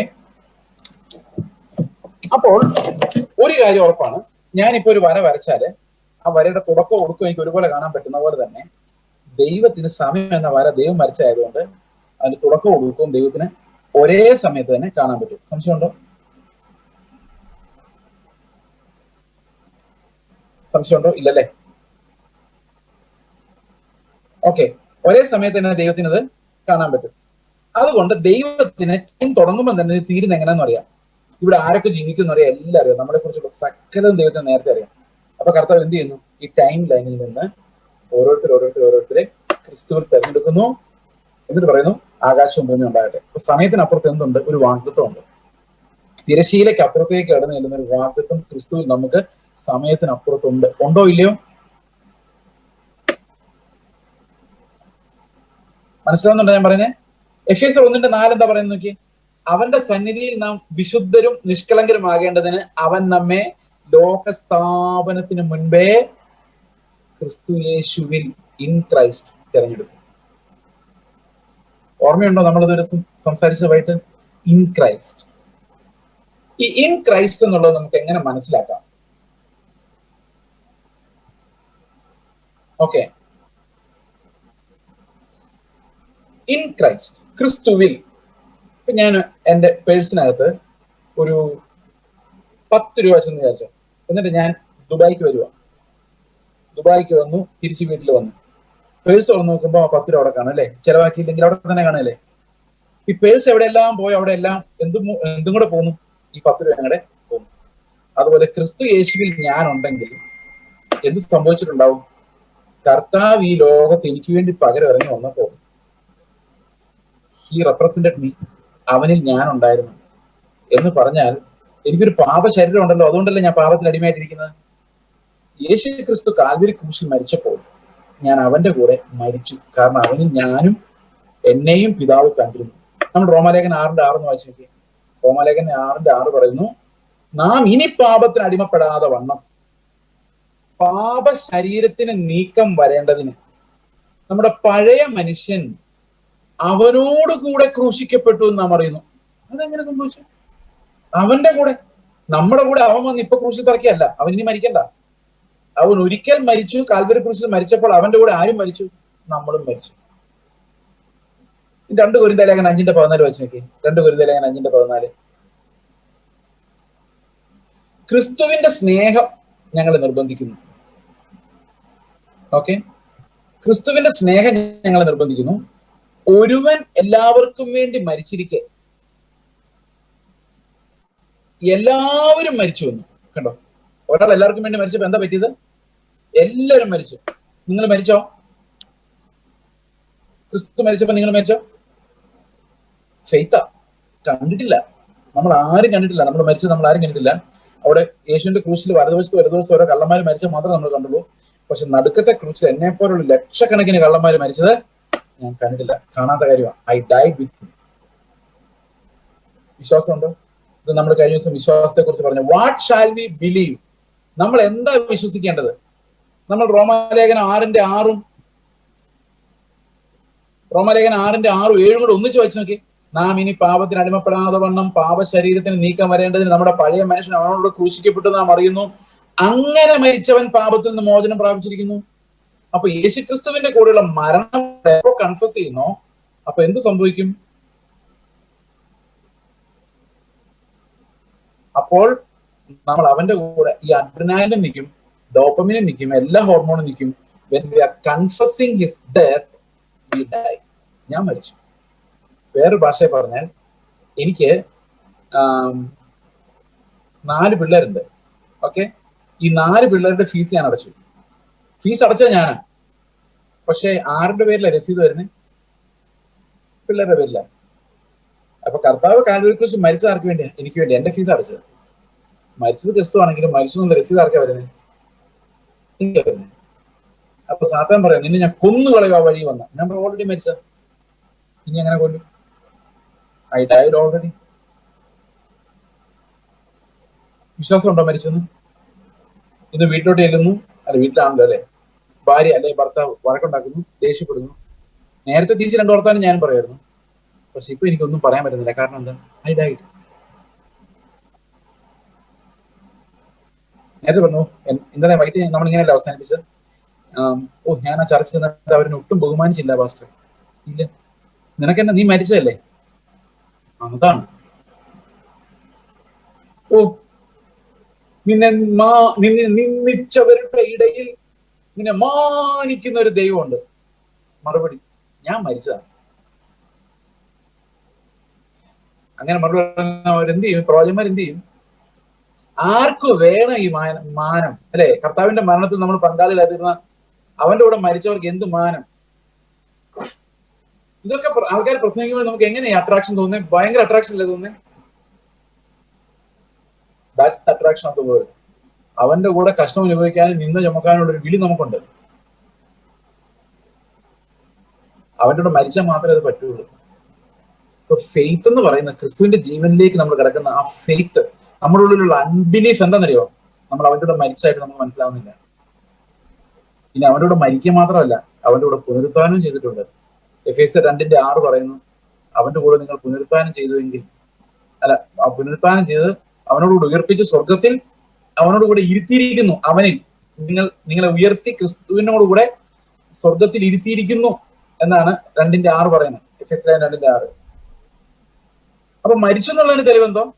നമ്മൾ കുത്തുകൊള്ളുക എന്നുള്ളതാണ് എന്റെ തെളിവ്. അല്ലെ, കുത്തുകൊള്ളുമ്പോൾ നമുക്ക് സന്തോഷമായിട്ട് തോന്നുവാണെങ്കിൽ നമ്മൾ മരിച്ചു. പക്ഷേ ഒരു കാര്യമുണ്ട്, അവന്റെ മരണത്തിന്റെ സദൃശ്യത്തോട് നമ്മൾ ഏകീഭവിച്ചവരായാൽ അവന്റെ പുനരുത്ഥാനത്തിന്റെ സദൃശ്യത്തോട് ഏകീഭവിക്കും. പുനരുത്ഥാനം എന്ന് പറഞ്ഞാൽ എന്തോ? ജീവന്റെ പുതുക്കത്തിൽ നമ്മൾ നടക്കും. അപ്പൊ ക്രിസ്തുവിന്റെ ജീവൻ നമ്മളിൽ വ്യാപരിക്കണമെങ്കിൽ നമ്മുടെ പഴയ മനുഷ്യൻ ഈ മരണത്തിലൂടെ പോകണം. അത് വിശ്വാസത്താൽ മാത്രമേ സാധിക്കുള്ളൂ. ഇതാണ് നമ്മൾ ഇത്രയും പറഞ്ഞതിന്റെ ചുരുക്കം. Only when you believe you can walk into the life of Christ. ക്രിസ്തുവിന്റെ ജീവനിലേക്ക് നമുക്ക് നടക്കണമെങ്കിൽ പഴയ ജീവനിൽ പറ്റില്ല, അത് മരിക്കണം. അവന്റെ കഷ്ടാനുഭവത്തിന്റെ കൂട്ടായ്മ, അവന്റെ മരണത്തിന്റെ പങ്കാളിത്തം. ഞാൻ മരിച്ചു, ഇനി ജീവിക്കുന്ന ഞാനല്ല, ക്രിസ്തു അത്രേ. ആ ഒരു ഫെയ്ത്ത് ആണ് നമ്മളെ ക്രിസ്തുവിന്റെ ജീവനിലേക്ക് കൊണ്ടുപോകുന്നത്. ഓരോ നിമിഷവും ഈ ഫെയ്ത്ത് ആണ് നമ്മളെ അങ്ങോട്ട് എത്തിക്കുന്നത്. ഓരോ സെക്കൻഡിലും. ഇപ്പൊ ഞാൻ പ്രസംഗിച്ചുകൊണ്ടിരിക്കുമ്പോഴും ഞാനല്ല, ക്രിസ്തു അത്രേ. അത് ഫെയ്ത്ത് ആണ്. ആ ഫെയ്ത്ത് ആണ് ഒരാളുടെ ചീത്ത പറയുമ്പോൾ, അബ്യൂസ് ചെയ്യുമ്പോൾ, ഇൻസൾട്ട് ചെയ്യുമ്പോൾ, കൊല്ലാൻ വരുമ്പോൾ എനിക്ക് ഒറ്റ കാര്യം പറയാനുള്ളൂ, ഞാനല്ല, ക്രിസ്തു. I die. പറയാൻ പറ്റും. അതിനാണ് നമ്മൾ രക്ഷാകരമായ വിശ്വാസം എന്ന് പറയുന്നത്, കാണാത്ത കാര്യം. ഇനി പുനരുത്ഥാനം ചെയ്യുന്നതിന്റെ തെളിവ് എന്താ? നമ്മൾ പുനരുത്ഥാനം ചെയ്തവരാണ് എന്നുള്ളതിന്റെ തെളിവ് എന്താ? അതുകൊണ്ട് പറഞ്ഞിട്ട് നമുക്ക് അത് അവസാനിപ്പിച്ചേക്കാം. കാരണം ഇനി വേറെ അധികം സമയം ഓപ്പൺ ചെയ്ത് കഴിഞ്ഞാൽ it will take so much time. യേശുക്രിസ്തുവിലൂടെ നമ്മൾ പുനരുത്ഥാനം ചെയ്ത് സ്വർഗത്തിൽ എത്തിയിരിക്കുന്നു. തെളിവ് കൊളോസ്യർ 3:1. നിങ്ങൾ അവനോട് കൂടെ ഉയർത്തെഴുന്നേറ്റിരിക്കുന്നു എങ്കിൽ എന്ത് ചെയ്യണം? ഉയരത്തിലുള്ളത്, ക്രിസ്തുവിനോട് കൂടെയുള്ളത്, ഉയരത്തിലുള്ളത് നിങ്ങൾ അന്വേഷിക്കണം. അപ്പൊ നമ്മൾ ശരിക്കും കർത്താവിനോട് ഉയർത്തെഴുന്നേറ്റിട്ടുണ്ടെങ്കിൽ നമ്മൾ എന്തേ അന്വേഷിക്കുള്ളൂ? ഉയരത്തിലുള്ളതേ അന്വേഷിക്കുള്ളൂ. ഓക്കെ, ആ ഉയരത്തിലുള്ളത് അന്വേഷിക്കാൻ പറ്റുന്നിടത്താണ്. ഞാൻ നിങ്ങളോട് ഒരു ചോദ്യം ചോദിക്കാം. ഞാൻ നിങ്ങളോട് ചോദിച്ചത് എനിക്ക് ഓർമ്മയില്ല, എങ്കിലും I will ask the question once again. നമുക്കെല്ലാം സ്വർഗത്തിലൊരു വീടുണ്ടല്ലോ, ഉറപ്പുണ്ടോ? ഉറപ്പുണ്ട്. ക്രിസ്തുവിന്റെ കൂടെ നമ്മളുണ്ടെങ്കിൽ നമുക്ക് സ്വർഗത്തിലൊരു വീടുണ്ട്. നിങ്ങൾ ദുബായിലെ കഷ്ടപ്പെട്ട് ജോലിയൊക്കെ ചെയ്ത് ഈ കൊറോണയെ യുദ്ധം ചെയ്ത് ഇല്ലാത്ത വരുമാനം ഉണ്ടാക്കി കേരളത്തിൽ വന്ന് ഒരു വീടൊക്കെ വെച്ച് ആ വീടിന്റെ ഫ്രണ്ടിലിരുന്ന് ഒരു ആദ്യത്തെ ചായ ഇട്ട് കുടിക്കുമ്പോൾ നിങ്ങൾക്കുണ്ടാകുന്ന ആ ഒരു സന്തോഷം, ലോൺ ആണെങ്കിലും കഷ്ടപ്പാടാണെങ്കിലും ആ ഒരു സന്തോഷം നിങ്ങൾക്ക് സ്വർഗത്തിലൊരു വീടുണ്ടെന്ന് പറയുമ്പോൾ ഉണ്ടാകുന്നുണ്ടോ? അത്രയും സന്തോഷം ഉണ്ടാകുന്നുണ്ടോ? സത്യം പറയണം, പറഞ്ഞില്ലെങ്കിലും കുഴപ്പമില്ല, സത്യം ഓർത്താൽ മതി. അത്ര സന്തോഷം ഉണ്ടാവുന്നുണ്ടെങ്കിൽ നിങ്ങൾക്ക് എന്തോ പ്രോബ്ലം ഉണ്ട്, ഉറപ്പാണ്. വിശ്വാസത്തിന് എന്തോ കാര്യമായ ഒരു പ്രോബ്ലം സംഭവിച്ചിട്ടുണ്ട്, അതിനൊരു സംശയമില്ല. കാരണം ആ പ്രത്യാശയേക്കാൾ കൂടുതലാണ് മോഹം എന്ന അർത്ഥം. It's a measure. അത്രയെങ്കിലും ഉണ്ടെങ്കിൽ നമ്മൾ ആ വിശ്വാസ ത്യാഗത്തിലോട്ട് പോയില്ല. പക്ഷെ അത്രയും പോലും എക്സൈറ്റ്മെന്റ് നമുക്ക് സ്വർഗത്തെ കുറിച്ച് ചിന്തിക്കുമ്പോൾ ഇല്ലെങ്കിൽ നമ്മൾ ആ ലോകത്തിന്റെ ആളായി മാറിയിട്ടില്ല എന്നാണ് അതിന്റെ അർത്ഥം. We are yet people of this world. ഇങ്ങനെയൊക്കെയാണ് ദൈവത്തിന്റെ ആത്മാവ് പലപ്പോഴും നമ്മളെ ശോധന ചെയ്യിപ്പിക്കുന്നത്. വിശ്വാസമുണ്ടോ? ഏത് പാപത്തെക്കുറിച്ചാണ് ദൈവത്തിന്റെ ആത്മാവ് ബോധ്യപ്പെടുത്തുന്നത്? അവിശ്വാസം എന്ന പാപം, അൺബിലീഫ്, ദാറ്റ് സിൻ. ഓക്കെ, അപ്പോൾ ഈ പ്രത്യാശ നമുക്ക് എങ്ങനെ ഉണ്ടാവും? ദൈവത്തിന്റെ ആത്മാവിന് മാത്രമേ പ്രത്യാശ തരാൻ പറ്റുള്ളൂ. ആത്മാവിന്റെ നങ്കൂരമാണ് പ്രത്യാശ. ആത്മാവാണ് നമ്മളിൽ പ്രത്യാശ ഉണ്ടാക്കുന്നത്. അപ്പൊ നമ്മുടെ ഉള്ളിലേക്ക് ദൈവത്തിന്റെ ആത്മാവിന്റെ ധാരാളമായ ഒരു പകർച്ച ഉണ്ടാകണം. ആ പകർച്ചയിലൂടെ മാത്രമേ നമുക്ക് ദൈവത്തിന്റെ കൃപാദാനങ്ങൾ അനുഭവിക്കാൻ സാധിക്കുള്ളൂ. ആ പകർച്ചയിലൂടെ മാത്രമേ നമുക്ക് ഞരങ്ങാൻ പറ്റുള്ളൂ, കർത്താവിന് വേണ്ടി കാത്തിരിക്കാൻ പറ്റുള്ളൂ. ക്രിസ്ത്യാനി എന്ന് പറയുന്നവൻ അവന്റെ മണവാളിന് വേണ്ടി കാത്തിരിക്കുന്നവനാണ്. അതവന്റെ identity. I wait for my Lord to return. ആ ഒരു കാത്തിരിപ്പില്ലാതെ നമുക്ക് ക്രിസ്ത്യൻസ് ആണോ വിശ്വാസികളാണെന്ന് പറയാൻ പറ്റില്ല. Our faith is that the Lord will return and I will go. This is not my place. ജീവിക്കുന്നത് ഞാനല്ല, എനിക്ക് മരിക്കുന്നത് ലാഭവും ജീവിക്കുന്ന ക്രിസ്തുവുമാണ്. ഞാൻ മരിച്ചു, ഇനി ജീവിക്കുന്നത് ഞാനല്ല, ക്രിസ്തു അത്രേ എന്നിൽ ജീവിക്കുന്നത്.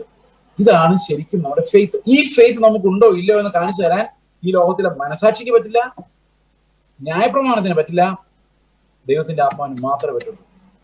നിങ്ങൾ മോഷ്ടിച്ചുകൊണ്ട് പോയാൽ വഴിയിലുള്ള ഒരു പോലീസുകാരനെ നിങ്ങൾ തടഞ്ഞു നിർത്തിട്ട് പറയാം, നിങ്ങൾ മോഷ്ടിച്ചിട്ടുണ്ട്, യു ആർ അണ്ടർ അറസ്റ്റ്. പക്ഷെ നിങ്ങൾക്ക് വിശ്വാസം കുറഞ്ഞു പോയാൽ വഴിയിൽ ഒരു പോലീസുകാരനെ തടഞ്ഞു നിർത്തിട്ട് പറയത്തില്ല, നിങ്ങൾക്ക് വിശ്വാസം ഒരിക്കലും കുറവാകട്ടോ, സൂക്ഷിക്കണം എന്ന് പറയാൻ ഒരു മനുഷ്യനുണ്ടാവില്ല. പാസ്റ്റർമാർക്കും പറയാൻ പറ്റില്ല, നിങ്ങളുടെ മനസാക്ഷിക്കും പറയാൻ പറ്റില്ല. നിങ്ങളുടെ ഉള്ളിൽ ദൈവത്തിന്റെ ആത്മാവ് ഉണ്ടെങ്കിൽ ആ ദൈവാത്മാവിന് മാത്രമേ ഈ അതിവിശുദ്ധ വിശ്വാസം ഉണ്ടായിരിക്കുന്ന കുറവ് കാണിച്ചു തരാൻ പറ്റുള്ളൂ. അത് നമ്മൾ ആത്മാവിന്റെ ശബ്ദം നിങ്ങൾക്ക് ഉണ്ടാകുന്നുണ്ടെങ്കിൽ നിങ്ങളുടെ ഉള്ളിൽ ആ അതിവിശുദ്ധ വിശ്വാസത്തിന്റെ കുറവ് ഒരുപക്ഷെ നിങ്ങൾക്ക് അനുഭവപ്പെടുന്നുണ്ടാകാം. ആ ഞരക്കത്തിലേക്ക് കർത്താവ് നമ്മളെ കൊണ്ടുപോകാൻ വേണ്ടി നമുക്ക് പ്രാർത്ഥിക്കാം. അതുപോലെ പാപത്തെക്കുറിച്ച് മാത്രമുള്ള ബോധ്യമല്ല ദൈവത്തിന്റെ ആത്മാവ്, നീതിയെക്കുറിച്ചും ഉണ്ട്. അത് ഇനി ഒത്തിരി സെഷൻ എടുക്കേണ്ടി വരും, അത് നമ്മൾ എക്സ്പ്ലെയിൻ ചെയ്യാം. നിങ്ങളൊന്ന് വായിച്ചു നോക്കിയാൽ മതി. റോമാലേഖനം 9:30 മുതൽ 10:10 വരെ. ഞാൻ ചുരുക്കി പറഞ്ഞ ഇത്രയേ ഉള്ളൂ. നീതി എന്ന് പറയുന്ന മാങ്ങേണ്ടി ഉണ്ടല്ലോ, അത് ഓർത്താൽ മതി. ഓക്കെ, നീതിയെക്കുറിച്ചുള്ള ബോധ്യം നമ്മൾ ആ വാക്യം ഒന്ന് വായിച്ചു നോക്കി.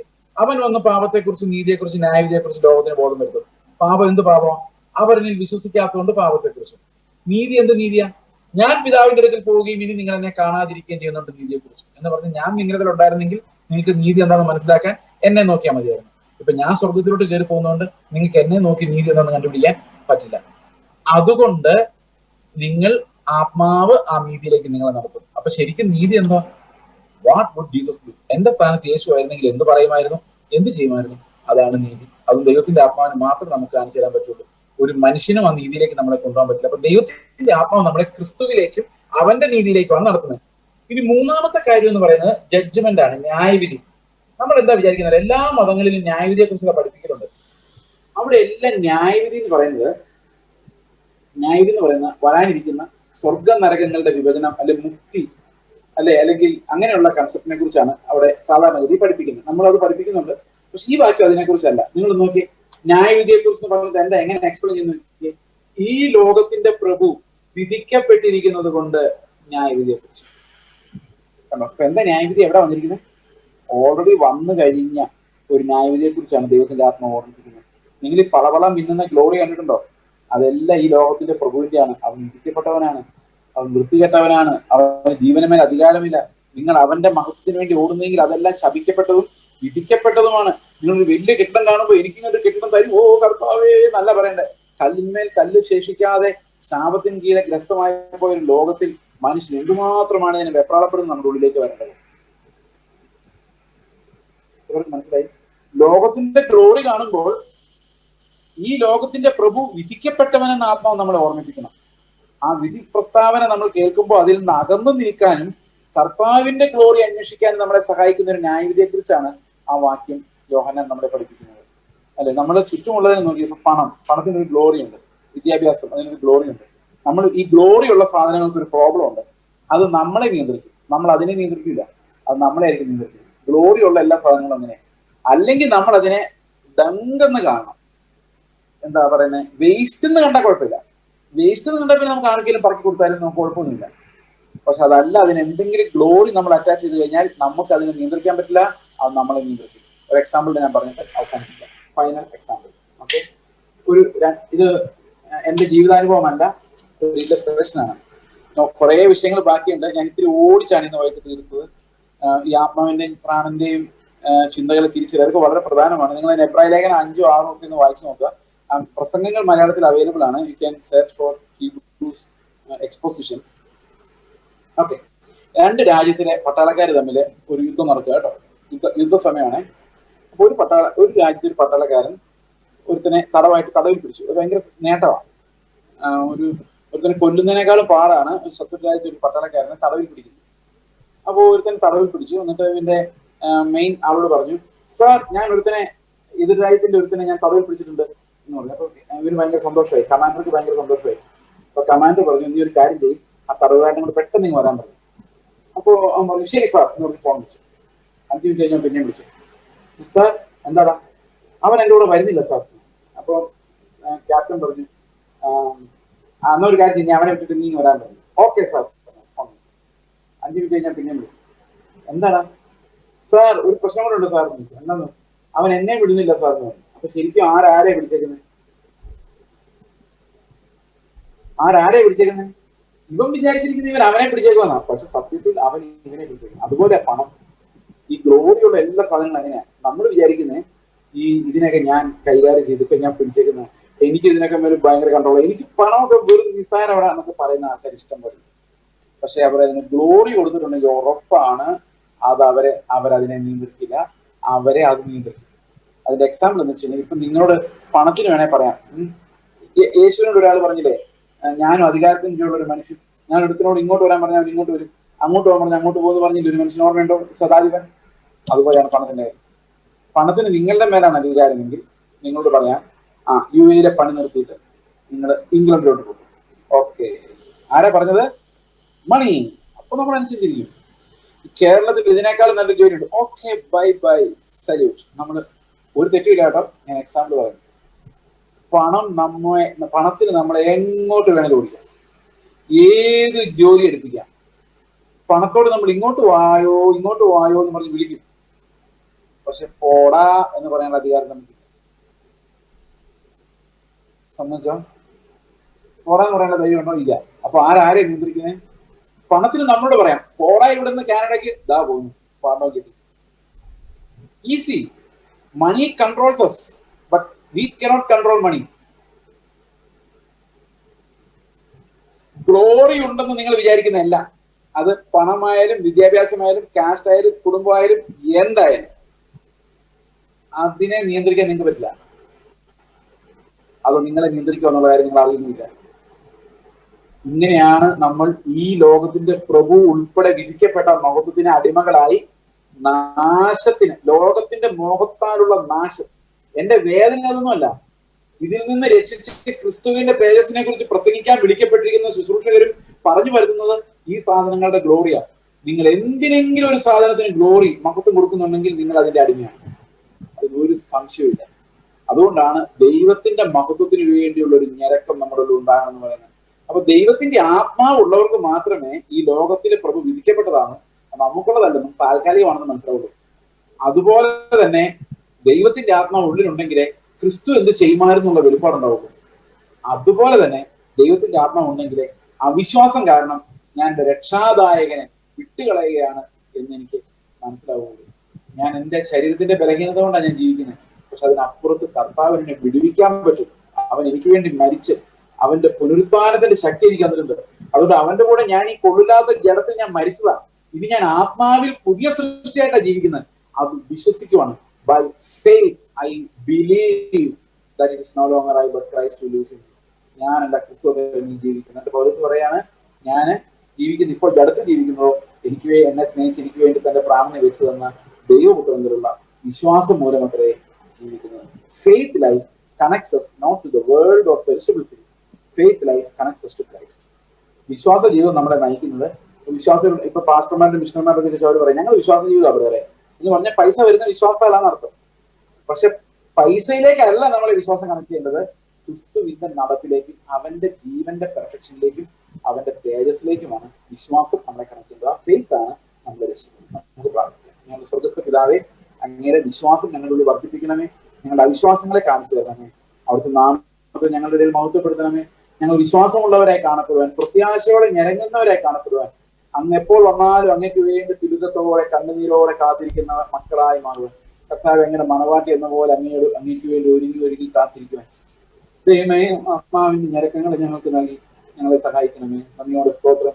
പ്രത്യാശ ഞങ്ങൾ ഉറപ്പിക്കണമേ. വിശ്വാസം ഞങ്ങളെ ധൈര്യപ്പെടുത്തണമേ. ഞങ്ങൾക്ക് പകരം ക്രിസ്തു ജീവിക്കത്തക്ക രീതിയിൽ ദൈവമേ ഞങ്ങളുടെ ഉള്ളിൽ അവിടുത്തെ വിശ്വാസത്തെ ഉറപ്പിക്കണമേ. നന്ദിയോടെ സ്തോത്രം. കർത്താവായ യേശു ക്രിസ്തുവിന്റെ നാമത്തിൽ തന്നെ.